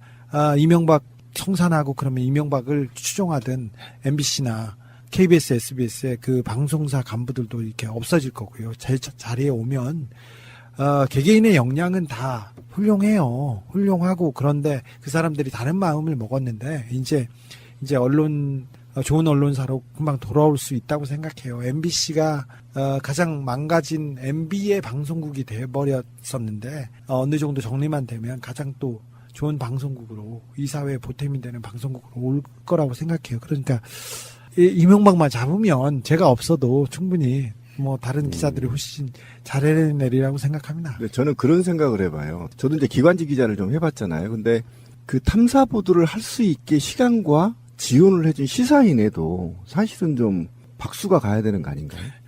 회사에서는 별로 지원 안 했고 난 책 그래요? 팔아서 썼어요. 아, 그랬나? 네. 저는 그게 궁금했어요, 사실. 이명박 추격기 보면 제가 전 세계를 몇 바퀴 갔어요. 어마어마했죠. 저는 박근혜 최순실 비자금 때문에 스위스를 13번 정도 간 것 같아요. 더 갔으면 더 갔지 못 가지는 않았던 제가 것 같아요. 전화 10번 하면 7번은 회의에 있었습니다. 그리고는 네, 인정합니다. 제가 이명박 관련된 계좌, 이명박과 관계된 계좌를 하나를 얻기 위해서 외국에 한 6번 갔어요. 그러니까. 그 사람 마음을 얻으려고 4번 갔어요. 그 사람이 가지고 있다는 걸 아니까. 근데 그런 경우였었는데, 근데 다행히 저는 그건 뭐 회사에서 다 해줄 수 있는 부분은 아니고 비자금 추적은 거의 꽝이 많기 때문에 제가 어떻게 증명을 합니까, 민간인이. 근데 할 수 있는 만큼 하는데 이것도 여러분들이 도와준 거예요. 저는 책이 나올 때마다 베스트셀러죠. 네, 베스트셀러 오르고 책을 사주는 게 저한테 제가 예뻐서 보기보다는 네가 하는 일을 응원한다, 도와주겠다 이런 생각이었다고 생각해요. 그래서 이번에 이명박 추격기도 베스트셀러 1위에 올랐고 뭐 이렇게 팔아주는 게 그래서 저는 그걸 취재비라고 쓰라고 생각해서 그걸 뭐 아낌없이 썼어요. 그래서 네, 다 썼어요. 제가 잘습니다. 교보 가서 강력히 항의했죠. 네. 네, 정말 강력히 항의했습니다. 그런데 그래서 그것과 관련해서 네. 제가 오늘 주진우 기자 인터뷰한다고 하니까 우리 그 관계자가 사무실에 있는 사람이 이 질문 꼭 하래요. 네. 그대로 읽어드릴게요. 왜 그렇게 사세요? 그냥 편안하게 살 수도 있는데 이건희와 이명박, 박근혜까지 최고 권력자들만 싸우는데 목숨을 위협을 느끼면서까지 꼭 이렇게 살아야 되나요? 왜 그렇게 사십니까? 아니, 저도 이렇게 살고 싶지 않았어요. 저도 이렇게 살 거라고 생각하지도 않았어요. 제가 원래 좀 삐딱했는데 그래서 어른들 말도 안 듣고 반항하고 그랬어요. 그래서 어렸을 때 기자가 돼야겠다는 생각은 조금 하기는 했어요. 기자가 됐는데 저는 뭐 항상 3번째, 4번째 줄에 서 있는 그 말 없는 사람이었어. 말 없는 기자였는데 앞에 있는 기자들이 너무 비겁한 거예요. 그래서 돈, 권력에 붙어서 거기 잘 보이려고 하는 거예요. 삼성이 잘못되고 있고 이건희는 바보 아니면 멍충이에요. 근데 천재라고 쓰는 거예요. 아닌데 알면서 그걸 거짓말을 할 수는 없잖아요. 이명박이 국민을 부자하게 만든다고 하는데 아니 사기꾼만 부자가 되고 나머지는 피해를 보는 거지 무슨 널리 사람들을 복되게 하고 부자가 되게 아닌 거 알잖아요. 그리고 이 사람의 그 정치적 행태가 모든 게 돈으로 사리사욕으로 가득 찼다는 걸 아는데 어떻게 외면해요. 박근혜는 정말 말도 안 되는 지도자가 되면 안 되는 독재자의 딸이었는데 그 사람을 놓고 이렇게 우상화하고 거짓을 얘기하는데 제가 거짓을 같이 얘기할 수 없잖아요. 그래서 얘기하기 시작했죠. 그건 아니라고. 그런데 일단 권력자들이 힘 있는 사람들인데 다른 기자들이 안 하니까 그래도 나라도 해야지. 기자 하는 동안은 해야지 하다가 이렇게 왔어요. 근데 그것이 당신의 목숨보다 중요했어요. 지금 위협을 엄청나게 느꼈잖아요. 트럭에 와서 들이받으려고 했고. 아니 근데 네. 그 질문이었어요. 이 질문. 저는 그게 더 중요했다고 생각해요. 중요했다. 저는 죽는 게 감옥에 갈 뻔했지 않습니까? 그렇죠. 감옥에 가는 것은 크게 나쁜 일이 아니라고 생각했어요. 그리고 죽는 것도 내가 이렇게 뭐 의미 있는 일을 하다가 죽을 수도 있어요. 늙어서 죽거나 젊어서 죽거나 죽는 거는 비슷한데 한 번인데 그렇게 죽을 수도 있다고 생각했어요. 그것도 최악은 아니라고 생각했어요.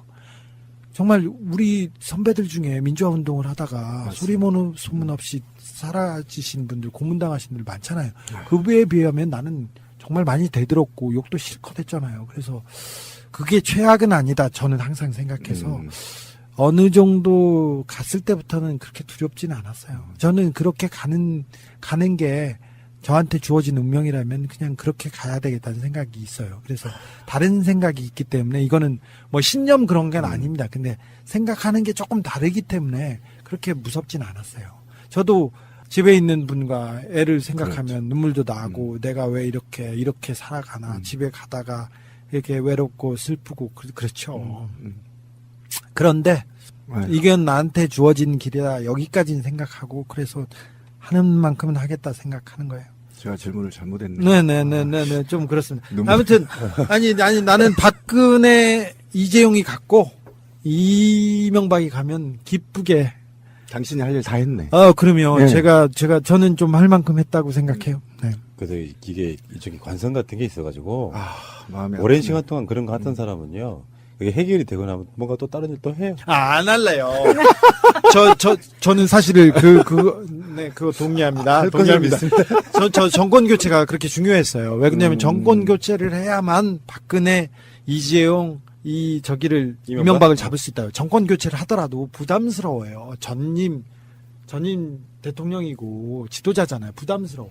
이명박을 여기 테이블까지 올려놓기 위해서는 얼마나 물밑에서 제가 그렇죠. 얼마나 다녔어요. 지금껏 그 방송에서 언론에서 안 해주니까 어디든 가고 또 어디 가는 이명박이 중요합니다. 누가 중요합니다. 다스가 중요합니다. 이게 다 그래도 리거가 중요합니다. 이 얘기를 얼마나 미친 듯이 하고 다녔지.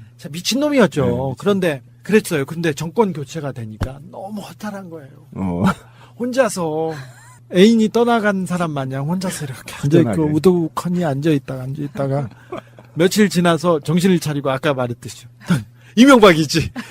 그래 이명박 프로젝트 빨리 해야지 해서 사실은 이명박 프로젝트는 5년 넘게 준비하던 거였어요. 그래서 맞아. 로드맵을 세우고 정권이 이만큼 가고 이제 개혁에 도움이 돼야 되겠다. 그래서 8월 며칠쯤에 이제 책을 내면서 이명박 추격기가 나왔어요. 이렇게 나오고 그래서 그 노래도 돈의 신도 나왔어요. 이렇게 다니고 안 되고 다큐멘터리도 책 보기 어려운 분들 이거라도 보세요.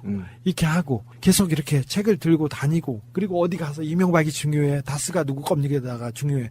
하고 다녔잖아요. 지금 이제 다스가 이렇게 수면 위로 왔잖아요. 그래서 조금 이제 힘든데 그래도 저녁에 이렇게 씩 웃고 자요. 네. 여기서 궁금증 하나가 우리도 그런 얘기 좀 많이 한 편인데 그렇죠. 주진우가 그렇게 이명박을 떠들고 다녀도 팟캐스트에서나 이명박을 이야기하지 기존의 기성 언론들한테는 이명박 얘기가 안 나오는 이유가 뭘까? 그게 되게 궁금했었거든요. 기자님은 어떻게 생각해요? 그 이유가 뭐라고 생각하세요? 이명박하고 그 사람들하고 너무 많이 엮여 있어요. 공범들이다? 모든 돈과 모든 큰 기업과 이명박이 엮여 있고 그리고 큰 언론사하고 엮여 있어요. 그 이유를 곧 제가 밝힐게요. 직접적인 연관이 있다? 네. 공범관계다 이렇게 봐도 되는 거고. 네. 사주들 이야기하는 거겠죠. 그렇죠. 3탄 기대하십시오. 사주들 입장에서는 확실하지도 않은 사안은 이명박에 대해서는 아예 이름조차 꺼내지 않다가 이런 확실해도 이명박 관련돼서는 쓰지도 않아요. 페이스북에 올린 글 같은 경우는 써주잖아요. 네. 그런 정도는 안 쓸 수가 없으니까 쓰겠지. 그렇죠. 이제 우리가 생각한 것보다 조직이 커요. MB 조직이. 하긴 곳곳에 있습니다. 야, 오늘 우리 주 기자 눈이 뜨거워지는 거 보셨어요? 안 뜨거웠어. 뜨거웠어. 처음 봤어, 나. 뜨거워. 난 악마인 줄 알았더니 아니야. 쪽팔리게. 이제 그만해. 국정원에서 제가 낙곰수 가자마자 이제 낙곰수 하도 폭발적으로 반응했잖아요. 그러니까 국정원에서 회의를 하다가 야, 걔 학교 안 나왔어 그런 거야. 맞아. 제가 기억난다. 제가 학교 안 다녔거든요. 사실은 잘 안 다녔어요. 잘 몰라. 그래서 주변 사람들 모르니까 걔 학교 안 다녔다고 얘기를 한 거예요. 그래가지고 야 그거 학력 위조야 이렇게 국정원에서 회의를 하고 네이버에서 갑자기 제가 나온 맞아. 고등학교 나도 봤어. 고졸로 바뀌었어요. 기억나요? 그리고 기사가 쫙 나왔어요. 지금도 연관 검색어에 학력 위조가 있어요. 다 그거 국정원에서 시킨 거예요. 손해배상 청구해야죠. 나중에. 국정원에 제가 움직이고 누구를 만나고 어떤 기사를 취재하고 누구를 한 게 다 이렇게 파일을 이렇게 있대요. 그래서 그걸로 제가 재판받고 그걸로 그렇게 수많은 소송을 받았어요. 문성근, 김효진은 피해자잖아. 그렇죠. 피해자니까 고소할 수 있잖아요. 근데 기자야, 주진우 기자는. 주진우 기자를 국정원이 뒤에서 캤다면 그건 사찰이잖아요. 그렇죠. 이거를 피해자라고 할 수 있나요? 있죠. 아니면 고소할 수 있나요? 있습니다. 법적으로는? 있어요. 네. 있어요. 저도 민간인이에요. 네, 있습니다. 저 군인 아니에요. 이명박이 어느 정도 정리되면 마지막으로 민사 들어가셔야 되겠네요. 네. 저는 밝혀보고 싶어요. 저에 대한 국정원의 사찰이 어느 정도였는지 그걸 좀 보고 싶어요. 그래서 그 많은 댓글과 많은 그 일베들과 너무 많이 괴롭혔어요. 네, 맞아요. 저 시발단 사건으로만 소송이 4개, 5개, 6개 막 그렇게 걸렸어요. 그리고 오촌살인 사건 팩트잖아요. 그렇죠. 이상했잖아요. 살인사건인데. 이상하다고 했다는 이유로 구속영장이 청구됐어요. 저만 뭘만 하면 잡으려고 그렇게 했어요. 그런데 그런 중심에 있으시다가 정권 교체가 되고 나서 정말 내 주위에 이렇게 하던 것들이 바뀌었다. 사법경찰이 더 이상 붙지 않고 도감청이 더 이상 없고 이런 거를 느끼던 시점이 있으셨어요? 뭐 그런 생각은 했지만 아직도 저는 똑같은 생활을 하고 있어요. 이명박 애들은 아직 살아있거든요. 저만 꺾고 저를 망가뜨리면 망치면 자기를 공격하던 그 논리가 무너지는 한 축이 무너지기도 하지 않습니까? 제가 가장 공격을 앞에서 했으니까 저 봐라 막 하면서 망가뜨리고 싶을 거 아니에요. 그래서 아직도 비슷해요. 지금이 더 조심해야 될 때. 네, 조심하고 지금 굉장히 조심해야 돼요. 맞아요. 좀 다른 얘기긴 한데 박근혜 때까지만 해도요. 적이 딱 원톱으로 있으니까 진보나 이런 쪽에 잘 분열이 잘 안 돼요. 목표가 박근혜였으니까. 근데 지금 조심할 게 일반 시민단체, 진보단체, 일반 모든 이런 것들이 정권이 바뀐 뒤에 많이 무너져요. 그렇죠. 네, 원래 분열하고 서로 막 싸우고. 저한테도 깨어있는 시민들이 뭐라고 하는 게 요새 보여가지고 너무 가슴 아파요. 저보다도 김어준이 요새 좀 방송에서도 잘 나가고 SBS도 막 맞고 그러니까 김어준에 대해서 막 공격하는 사람이 있어요. 저도 김어준을 그렇게 좋아하지 않아요. 그 사람이 그렇게 좋은 사람은 아니에요. 근데 요새는 김어준을 공격하면 제가 너무 상처받아서 불락해요. 저 너무 상처받아서. 지금은 아직은 이명박이 이 사회를 지배하고 있습니다. 아직도 메인스트림은 바뀌지 않았어요. 자, 해방 이후에 이 친일파가 지배하는 이 세상은 아직도 바뀌지 않았습니다. 아직도 우리는 군함도에서 살고 있고요. 이제 바꿔야 될 때가 왔어요. 그렇죠. 그래서 내부 분열, 그리고 옆에 마음에 안 든다고 해서 주적이 저기 있는데 주변한테 이렇게 하고 저한테는 욕 좀 하지 마세요. 전 못 살겠어요. 정말 너무 상처받아요. 저 소심해요. 김어준, 주진우, 김홍민한테 욕한 사람도 있어요? 많이 있죠. 김어준한테 특별히 욕하는 사람들이 많아서 그래서 근데 그거에도 되게 상처받아요. 다스는 누구 겁니까? 이 운동한다고 욕하는 사람도 많아요. 이쪽 사람이 아니겠죠, 뭐. 그렇죠. 그렇게 아니 생각하시는 근데 게 편해요. 이명박 쪽에서 이렇게 군부를 짚었는데 왜 거기에 동조하는지. 아니 깨어있는 시민들이 이명박이 이 적폐의 원흉이란 걸 다 아는데. 얘기 좀 잘해주세요. 아무튼 네. 네, 자, 지금은 우리가 힘을 합치고 싸워야 된다. 이제 시작이다. 아직 네. 가야 할 길이 멀다. 네. 마무리하겠습니다. 우리가 이명박 박근혜 관련된 이슈들은 4년 동안 하루도 안 빠지고 방송으로 싸웠지만 우리 쪽에서 만들어내는 긍정적인 에피소드를 주인공들이 누군가 생각해 봤더니 횟수로 보면은 문재인 대통령이 최근에 엄청난 에피소드 점유율을 갖고 있더라고요. 우리 쪽 인물을 우리가 평할 때 사실상 1위는 주진우였습니다. 지금까지. 맞습니다. 4년 동안. 그렇진 않고요. 우리 방송을 이야기하는 거예요. 우리 방송에서. 주진우가 몰고 온 이슈를 우리들이 받아먹는 그런 형태였다. 그렇지. 근데 그런 측면에서 사실은 팟캐스트를 하는 사람이거나 언론을 해왔거나 해봤던 사람들 입장에서 사실은 신화적 존재라고 생각합니다. 마이크 껐기 때문에 반론하지 마시고요. 그래서 이런 분들이 한 사람이 아니고 정말 수도 없이 많은 사람들일 때는 정권이 바뀐다고 한들 민주사회는 무너지지 않는다라고 보거든요. 근데 모든 분야 중에 특히 언론의 분야가 완전히 무너진 상태에서 한두 명이 혼자 홀로뛴다는 건 얼마나 외로운 일이겠습니까? 그런 의미에서 앞으로는 이렇게 찾은 시대를 주진우라고 하는 그 캐릭터를 수백 명 양성하는 시대가 또 돼야 된다고 생각해요. 민주정부 지금 때. 대학생 애들 보면은요. 탐사보도 이런 것들이 거의 없는 시대에 탐사보도를 보고 감동받은 애들이 특히 주진우 기자 같은 기자가 되고 싶어 하는 애들이 굉장히 많아요. 옛날에도 많았어. 깔때기도 아니고. 근데 제가 아까 질문한 건 뭐냐면 미디어 mongo도 후배를 키우는데 주진우가 후배를 안 키우니까. 저는 제가 누구를 키울 뭐가 되나요? 그래서 내가 아까 질문을 했던 거야. 후배라는 게 보고 저 사람처럼 돼야지 하면 다 그게 그럼요. 가르치지 않은 제자가 되는 거예요. 아니 아까워서 저 취재 기법을 누구도 알기가 쉽지 않거든. 예. 그러니까 그걸 배워야 되는 건데 선배로. 자, 할 말이 너무 많은 인터뷰였기 때문에 좀 약간 중구난방이 있었고요. 그런데 이게 이제 사실 목적지가 눈앞에 보입니다. 불과 몇 달 후에는 이명박이 포토라인에 서고 그 포토라인 앞에 카메라를 돌려서 보면 주진우가 웃고 있을 겁니다. 저는 그걸 보고요. 그때쯤 돼서 한번 다시 모시겠습니다. 고맙습니다. 감사합니다.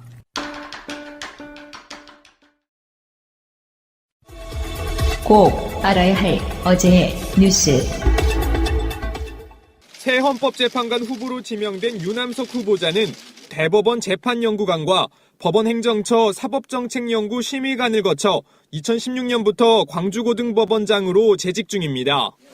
우리법연구회의 창단회원으로 활동했고 헌법연구회 회장을 지내기도 했습니다. 헌법재판관 지명은 소장 대행체제를 빨리 끝내야 한다는 헌법재판소의 요구가 나온 지 이틀 만에 전격적으로 이뤄졌습니다. 다만 청와대는 유 후보자를 재판소장이 아닌 재판관 후보로 지명했습니다.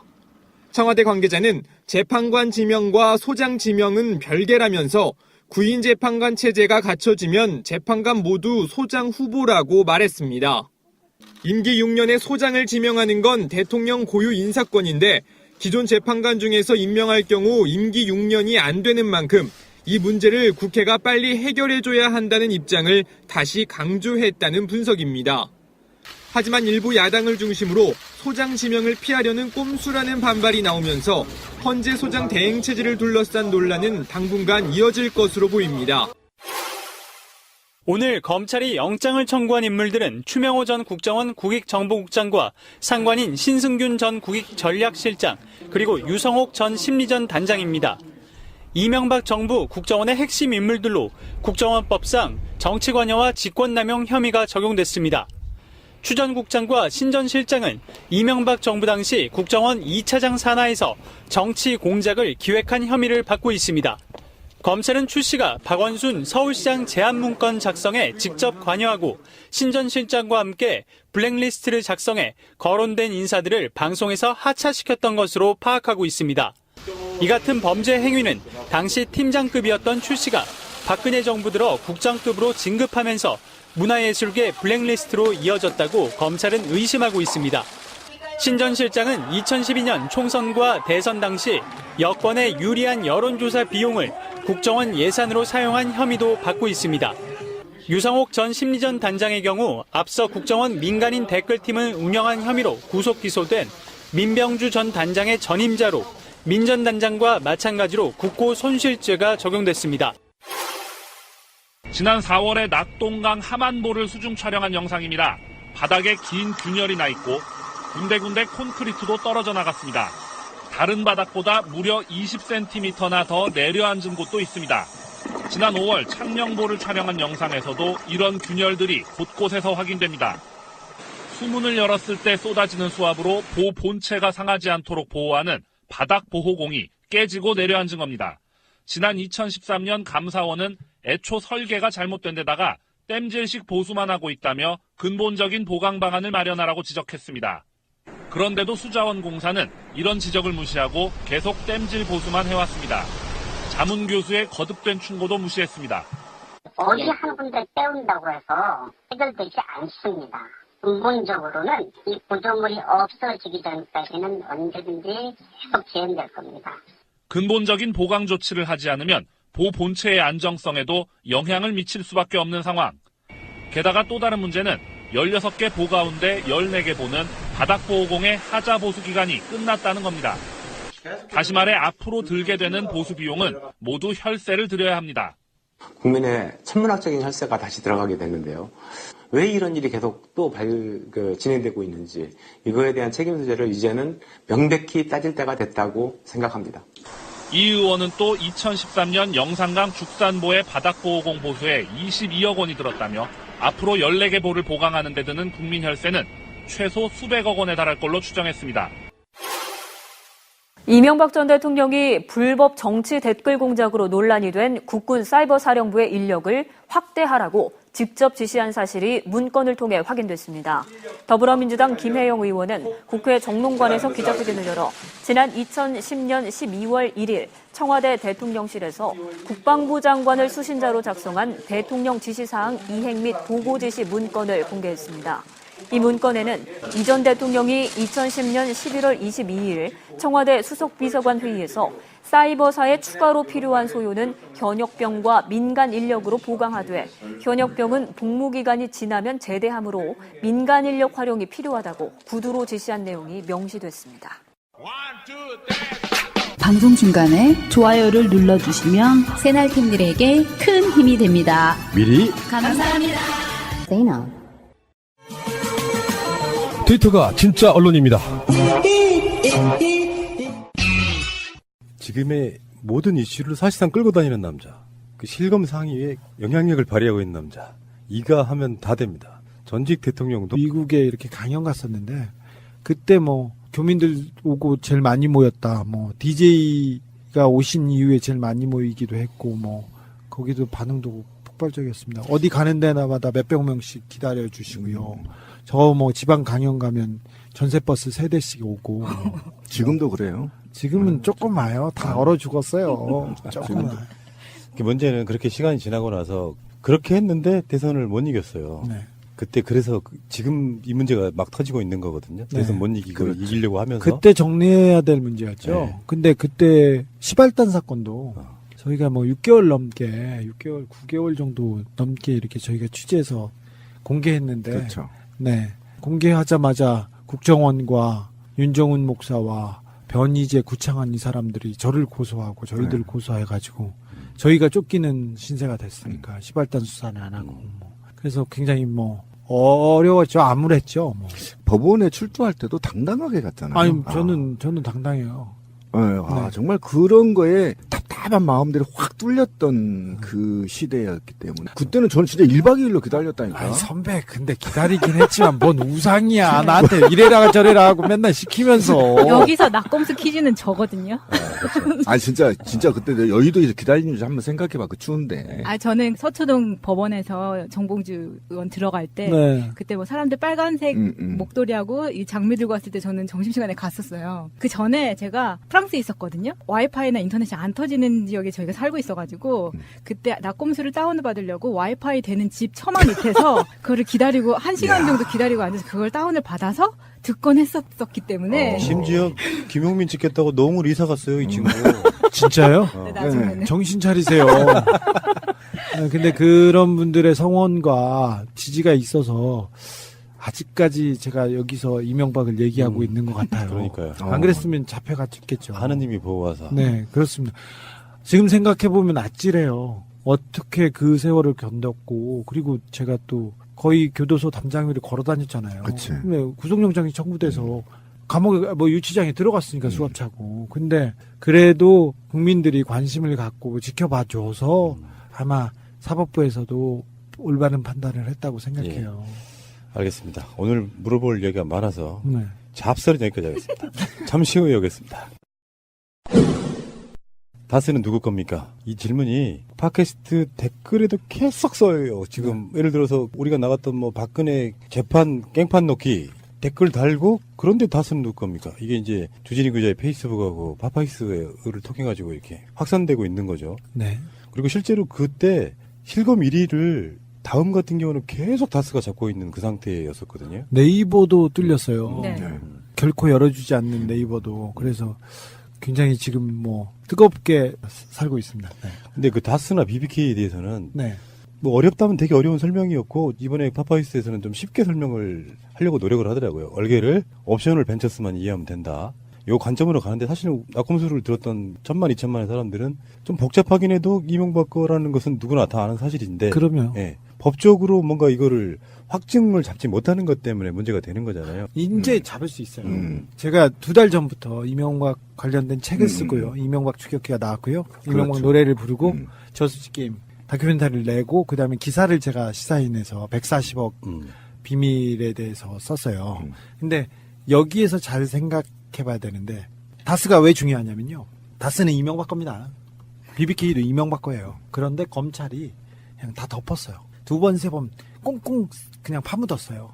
이명박하고 관련이 없다고. 그런데 이명박 정부 들어서 갑자기 BBK로 빼돌린 돈을 스위스로 빼돌렸던 돈을 다스로 140억을 보냅니다. 140억을 보내. 그래서 저는 깜짝 놀라면서 그렇지. 드디어 잡혔다. 네, 각하는 절대 포기할 사람이 아니지. 그러면서 그 뒤를 쫓기 시작했습니다. 근데 봤더니 사실 내 돈 1,400만 원을 우체국에 있는 돈, 농협에 있는 돈을 내가 감옥에 갔어. 그렇죠. 근데 신비 선배께서 찾아갈 수 없잖아. 찾아가. 그래도 못 찾아가잖아요. 그렇지. 근데 누군가의 도장을 찍어주거나 뭐 계약을 해줘야 될 거 아니에요. 근데 그 부분을 그건데 이 스위스에 있는 돈이에요. 스위스에 있는 비밀 계좌예요. 그것도 동결된 계좌예요. 이걸 풀고 이걸 가져오는 데는 특별한 힘이 미쳤을 거라는 거는 누구든 예상하는데 그렇죠. 청와대와 외교부 그리고 검찰이 공조작전을 펴서 이 돈을 빼돌려서 다스에 보냅니다. 거기에서 다스는 다시 살아납니다. 자, 사기업을 위해서 사익을 위해서 공권력이 동원된 전형적인 국정 논란 사건입니다. 이거는 직권남용이에요. 근데 제가 서류를 공개했지 않습니까? 다스 서류와 청와대에서 내려보낸 서류. 그래서 청와대에서 이 일을 했던 사람들의 증언이 저를 통해서 사실상 법정 코앞에 와 있습니다. 그리고 시민의 눈에 숨은 조력자이기도 하죠. 행사 때마다 출몰 하고요. 그리고 시민의 눈 행사를 적극 지원하고 있는 훌륭한 기자이기도 합니다. 악마 기자 주진우 기자 모시겠습니다. 안녕하십니까, 주진우입니다. 예, 어서 오십시오. 판도라에서 굉장히 새로운 헤어스타일을 보여주셔서 네. 아, 요즘 또 헤어스타일이 뜨더라고. 아니요, 그게 아니라 저는 머리 관리를 안 해서 이렇게 머리를 내리고 다니는데 네. 텔레비전 나왔다고 헤어해 주시는 분이 저를 좋아하세요. 그래서 네. 잘 이렇게 말아주셨는데 제가 살다 댓글에 머리 지적질이 그렇게 많아요. 머리가 뭐야, 아줌마 아니야, 심상정하고 진짜 닮았어. 근데 거기까지는 제가 이해할 수 있고 그럴 수도 있는데 제가 스님한테 지적질 받았어. 헤어스타일 뭐냐고 이게 명진 스님이 연락 왔어. 주진우인 것 같아서 봤더니 주진우네. 근데 머리가 뭐야 그렇게 하면서 크크 하면서 비웃어가지고 전화가 왔어요. 그래가지고 머리가 뭐냐고, 아니 예쁘다고 하고 넘어가긴 했는데 제가 스님한테 머리 지적질할 정도였어요. 꽤 오래전에 저런 머리를 하고 다닌 적 있어요. 근데 이게 뚱뚱한 사람한테는 안 어울려. 약간 호리호리하고 그렇지. 좀 스마트해 보이는 머리인데 그냥 할 말 없으니까 하는 소리예요. 저 머리 짧은 뭐 이상해요. 아니 근데 그렇게 얘기해서 그렇지 이게 좀 약간 구린 머리죠. 80년대, 90년대, 80년대 다 이랬잖아요. 그렇지. 네. 가운데 깔은 거. 네, 배철수 형도 그 얘기하더라고. 이거. 자기 대학교 다닐 때 저랬는데 아직도 저런 애가 살아있네 이렇게. 제도로서의 민주주의가 흔들리고 구타는 일은 이제 없습니다. 민주주의가 밥이고 밥이 민주주의가 되어야 합니다. 뭐 정권이 바뀌기도 했고요. 낙검수를 꾸준히 들어왔던 사람들 입장에서는 정말 어쩌면 정말 해묵은 사건이기도 하고 네. 풀리는 실마리가 보인단 말이에요. 이제서야. 네. 그래서 이제 주진우, 이명박 뭐 등등등 하면 물어볼 이야기는 수도 없이 많으나 오늘 물어볼 이야기는 딱 두 가지만 한정하겠습니다. 선택과 집중. 일단 BBK 피해자들이 이명박 대통령을 고발했단 말이에요. 여기에 관련된 이야기. 그래서 요즘에 유행어가 되고 있는 다스는 누구 겁니까? 해시태그 운동하고 있죠. 요거 하나 여쭤보고요. 그 다음에 두 번째, 또 얼마 전에 조사받고 나오신 박근혜 5천 살인 사건, 유족들이 재수사 요청해서 지금 그게 받아들여졌단 말이에요. 이 두 가지만 간단하게, 짧게, 한 3시간만 물어보겠습니다. 그러지 마요. 자, 오늘 주진희 기자가 오셨는데, 오늘 지금 밥 안 먹은 지 몇 시간이나 되셨어요? 점심 때 조금 먹었어요. 그리고는 약속이 한 10개 넘게 있었어요. 당이 엄청 떨어지겠구나. 요즘 문재인 대통령보다 바쁜 것 같아요. 전화하기도 미안해요. 원래 바쁘기는 제가 더 바빴어요. 바쁜 것으로는 국가대표급이고 그렇지. 저는 약속으로 이렇게 돈을 줬으면 좋겠고 아니면 자동차 이렇게 키로수로 택시 메터처럼 그렇게 돈을 줬으면 제가 재벌급이 됐을 거예요. 낙검수가 있잖아요. 중간에 주진희 기자가 합류하잖아요. 낙검수에 주진희 기자가 없었으면 낙검수는 그냥 새날이었어요. 그렇죠. 네, 탐사보도에 팩트가 그러니까. 없었기 때문에 아니, 뭐 그럴 수 있죠. 그런 거 저 때문에는 거 아니고요. 그 세 명이 보기에는 되게 허접해요. 사실도 허접한데 그런데 다 자기 분야에서는 최고죠. 그래도 네, 인정합니다. 내공이 있는 사람들이에요. 그래서 그게 잘 케미가 잘 맞았지. 기가 막혔지. 예, 이걸 누가 만들고자 했던 것도 아니었고 아무튼 그랬던 것 같아요. 그리고 그때는 사실은 이명박 치하에서 아무도 말을 못하고 그렇죠. 언론이 거의 죽어있는 상태였지 않습니까? 그래서 우리가 괜찮아 얘기해도 돼 우리끼리 쫄지 마 이렇게 얘기하면서 얘기했던 건데 그래서 그때 뭐 국민들이 그걸 보면서 위안을 갖고 좀 사랑해 주신 거죠. 뭐 근데 제가 가서 잘 된 건 제가 가서 잘 터지긴 했어요. 그렇지. 그러니까 진지하게 한 말은 아니고 뭔가 좀 이렇게 칭찬을 위해서 한 말이면 다른 사람들 정봉주나 김용민이나 김어준은 그렇게 깔때기를 댔을 거예요. 정말 지금도 깔때기 되는 거잖아. 그 사람도 아니에요. 그 사람들은 돼요. 그 사람들. 근데 그때 1박 2일 잠 안 자고 낙곰수를 기다렸던 그 절박함과 정말 그때는 정말 오르가즘을 느끼는 것 같아. 쫄지마 한마디에 진짜 막 쌌어 난.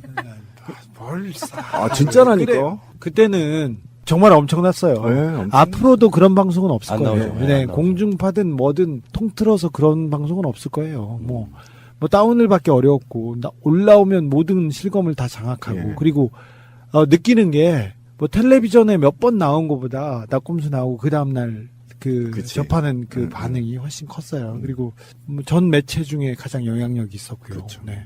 그때는 뭐 매일 팬레터가 6, 70통 왔어요. 택배 10개 이렇게 오고요. 우편물로요? 네네.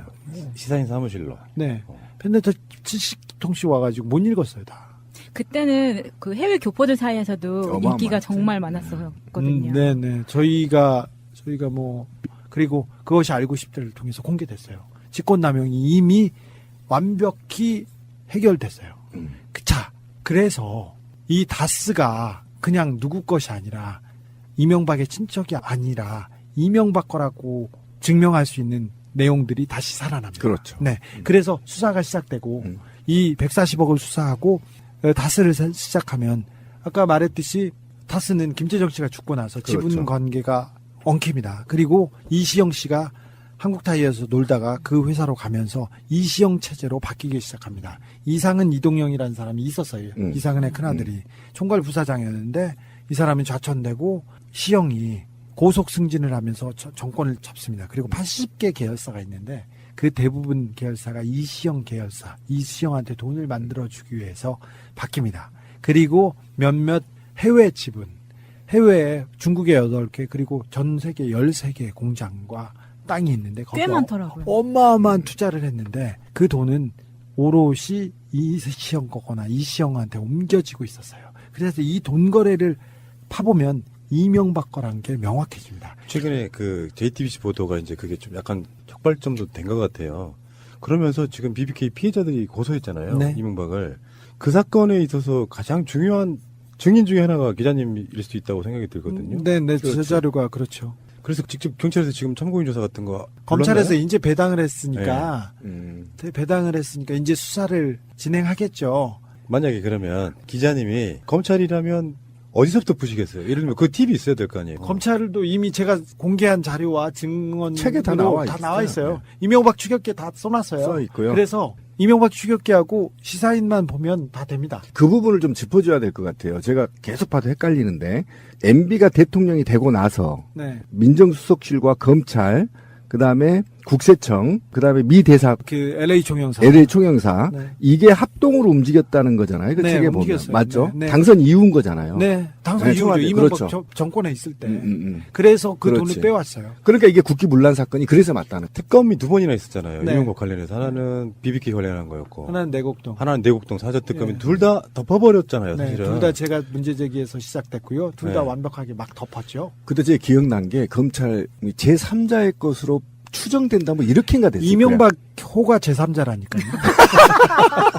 그랬죠. 맞죠. 검찰이 제3자 것으로 추정된. 이상은도 김재정도 아니라고 네. 했는데 그 제3자가 누구냐면요. 이명박이에요. 그렇죠. 근데 그 제3자를 검찰이 안 밝힌 거예요. 제3자 이명박 선생. 네. 참, 네. 그때 검찰은 다 덮어버렸던 자기들이 네. 이제 와서는 과연 신뢰 있게 할 수 있나요? 그게 어려워요. 네. 자기 동료인데 다 동료들이 하고 친구들이 다 그대로 있어요. 그렇죠. 그런데 그 사람들을 잡아 넣거나 그 사람들을 이게 무릎 꿇리는 건 어려워요. 그래서 140억 수사가 굉장히 그래서 중요해요. 핵심이다. 이거는 심플해요. 140억을 가져오기 위해서 그 공권력이 움직인 국기문란 사건이에요. 이것만 뚝 하면요. 그건 BBK와 다스는 천천히 해도 돼요. 그래서 거기에서 길을 내서 이 검찰도 다치지 않고 이 수사로 가려고 제가 이명박에 대해서는 박사학위를 한 10개 정도 쓸 수 있을 것 같아요, 지금. 거의 모든 거를 수치와 그 내용을 가지고 얘기할 수 있는데 그래서 연구해서 길을 낸 게 여기예요. 오케이. 이제 이해했어요. 자, 블랙리스트 보면 말도 안 되잖아요. 국정원에 그렇죠. 나서서 네. 뭐 김제동을 사찰하고 뭐하고 말도 안 되지 않습니까? 그런데 그거는 문화예술팀, 국정원 문화예술팀 말단 직원들이 한 거예요.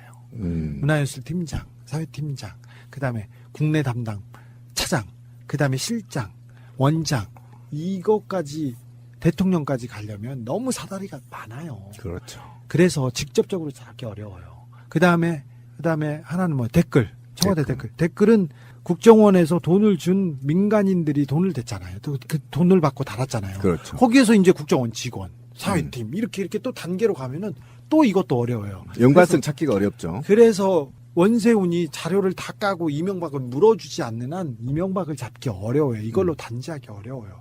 적폐청산 좋은데 적폐청산의 적폐의 우두머리 개혁의 첫 번째이자 알파이자 오메가에 되는 이명박을 놓고 우리가 어떻게 개혁을 얘기하고 적폐청산을 얘기합니까? 그렇죠. 이명박을 잡아야 돼요. 이명박을 잡아서 이명박이 돈을 위해서 사리사욕을 위해서 정치를 했고 대통령이 됐고 국가와 민족을 팔았다는 얘기를 분명히 해줘야 돼요. 그래야 역사가 바로 서고 그 다음에 우리나라가 앞으로 갑니다. 돈을 위해서 아무렇게나 해도 되고 정치를 이용해도 된다는 것을 그런 선례를 남기면 우리나라는 미래가 없다는 게 저의 생각이에요. 블랙리스트 수사, 국정원 댓글, 개혁 다 좋아요. 근데 이것 또한 이명박을 향해야 되고 이 모든 적폐청산의 시발점이다 끝은 이명박이 있으니 이명박을 잡아야 돼. 새가 날아든다는 여러분들의 하트를 먹고 삽니다. 잊지 않으셨죠? 에피소드 제목을 누르고 플레이가 되면 오른쪽 위에 하트를 꼭 눌러주세요. 오늘도 감사합니다. 더 많은 분들이 들을 수 있도록 하트 꼭 눌러주세요. 이명박이 언젠가는 포토라인에 선다. 네. 제목이 워낙에 많잖아요. 지금 네. 걸려 있는 것만. 제목이. 네. 근데 그 중에서 어떤 걸로 가장 먼저 설 것 같습니까? 이 140억 수사를 여러분 잘 생각해 보세요. 그제 검찰총장이 위법한 사항이 나오면 뭐 이명박 처벌할 수 있다고 했고, 예, 했습니다. 법무부 장관도 뭐 법에 위배됐으면 한다고 했어요. 이런 얘기가 전직 국가원수한테 쉽게 할 수 있는 내용이 아니에요. 그리고 전직 국가원수인데 수사를 하찮은 걸로 시작할 수도 없어요. 그리고 오라가라 할 수도 없어요. 근데 팀을 꾸려서 배당을 했다는 것 자체가 이미 범죄에 대해서 어느 정도 규명을 했고 어느 정도 자신이 있기 때문에 수사에 착수했어요. 네, 여기까지만 얘기할게요. 네. 이 140억을 가져온 그 사건이 가장 크고요. 그다음에 이명박에 대한 적폐 중에 이명박을 직접 처리할 수 있는 몇 가지가 있는데 삼성과 이명박 간의 거래가 조금 있어요. 얼마 전에 4조가 넘는 돈을 저 이건희한테 찾아서 그냥 줘버렸지 않습니까? 그렇죠. 그냥 줄 우리 각하가 아니에요. 삼성과 이렇게 이명박 간에 거래가 있어요. 그 거래가 조만간 나올 거예요.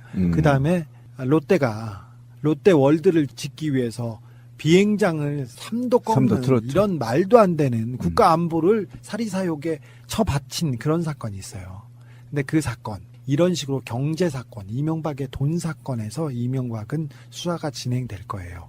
물론 국정원의 국정농단, 댓글 블랙리스트도 진행됩니다. 이명박은 대통령이 된 것도 정치를 한 것도 돈 때문이었어요. 그래서 돈을 찾아서 이명박의 범죄 행위를 하나씩 둘씩 밝히는 게 이명박을 잡는 것이고 이명박이 가장 안타까워하는 부분이기도 합니다. 그리고 제가 궁금한 게 그 140억의 소수 소수가 어디였었죠? 소수는 뭐야? 정말 발음 무진 분입니다. 뭐 소수.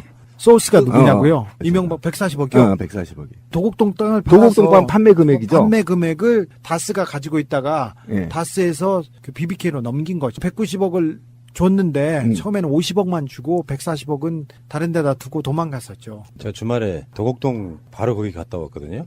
결혼식 때문에. 딱 거기서 주지림 기자 얼굴이 보이더라고. 그 모든 그 인생의 뭐랄까 인연이 거기서부터 시작돼. 자, 근데 뭐 어쨌든 간에 지금 말씀하시는 거를 들으면 한 가지 제목만 있으면 그걸로 조사하고 부르면 되는데 너무 방대하게 걸쳐 있고 아까 말씀하신 것처럼 전직 국가원수라는 나름대로 무게감 때문에. 근데 지금 국민 여론조사를 보면 75% 이상, 4분의 3 이상이 이명박 수사해야 된다고 나오고 있잖아요. 그러면 그렇죠.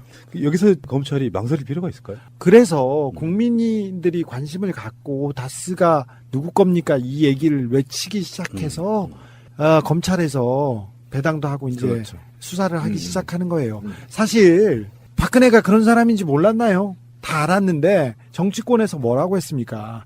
야, 탄핵이 불가하다. 그리고 책임 총리제로 나눠 먹어야 된다. 뭐 이런 얘기를 했었어요. 그렇죠. 근데 여러분들이 깨어있는 시민들이 이 박근혜로 이 아무것도 하지 않는 이런 사람이 대통령에 있는 거는 못 참는다. 어서 빨리 물러나라, 내려와라 이렇게 함성을 지르고 촛불을 들어서 박근혜 정부가 이게 막을 내리게 된 거지 않습니까? 그렇죠. 근데 국민들이 이명박이 국가와 국민을 위해서 한 것이 아니라 자기 사리사욕을 위해서 이렇게 했구나.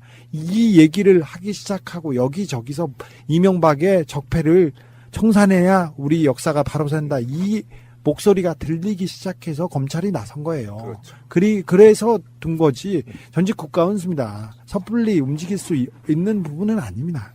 2003년에서 2005년 사이에 다스에서 만들어진 비자금이라고 하는 게 뭐 별다른 게 있겠어요. 횡령해서 슈킹해놓은 돈인 거잖아요. 공금을. 그게 비자금인 거잖아.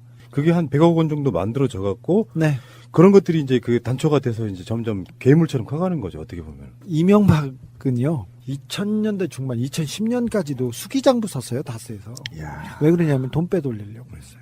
그러니까. 돈 빼려고. 그래서 수기장부를 했어요. 비자금. 네. 사실 그게 이명박 그 모든 범죄상에 네. 푸는 전 단초라고 그럼요. 보고 있거든요. 네, 네. 그 수사를 시작하면 모든 것들이 다 풀릴 수밖에 없는 그거잖아요. 비자금이 나왔을 때 수사를 했어야 되는데 그래. 그냥 덮었죠. 내곡동 사저를 샀을 때 그 이시영이 낸 돈도 청와대에서 국권이 나오고 그다음에 비자금이 나왔어요. 근데 그렇죠. 내곡동 특검에서 아예 건드리지 않았죠. 근데 그게 뭐가 문제가 되냐면 이명박의 이제 대통령일 때는 공소시효가 중지되잖아요. 5년 동안. 그렇죠. 근데 그 지금 아까 말한 포괄일제라고 하는 게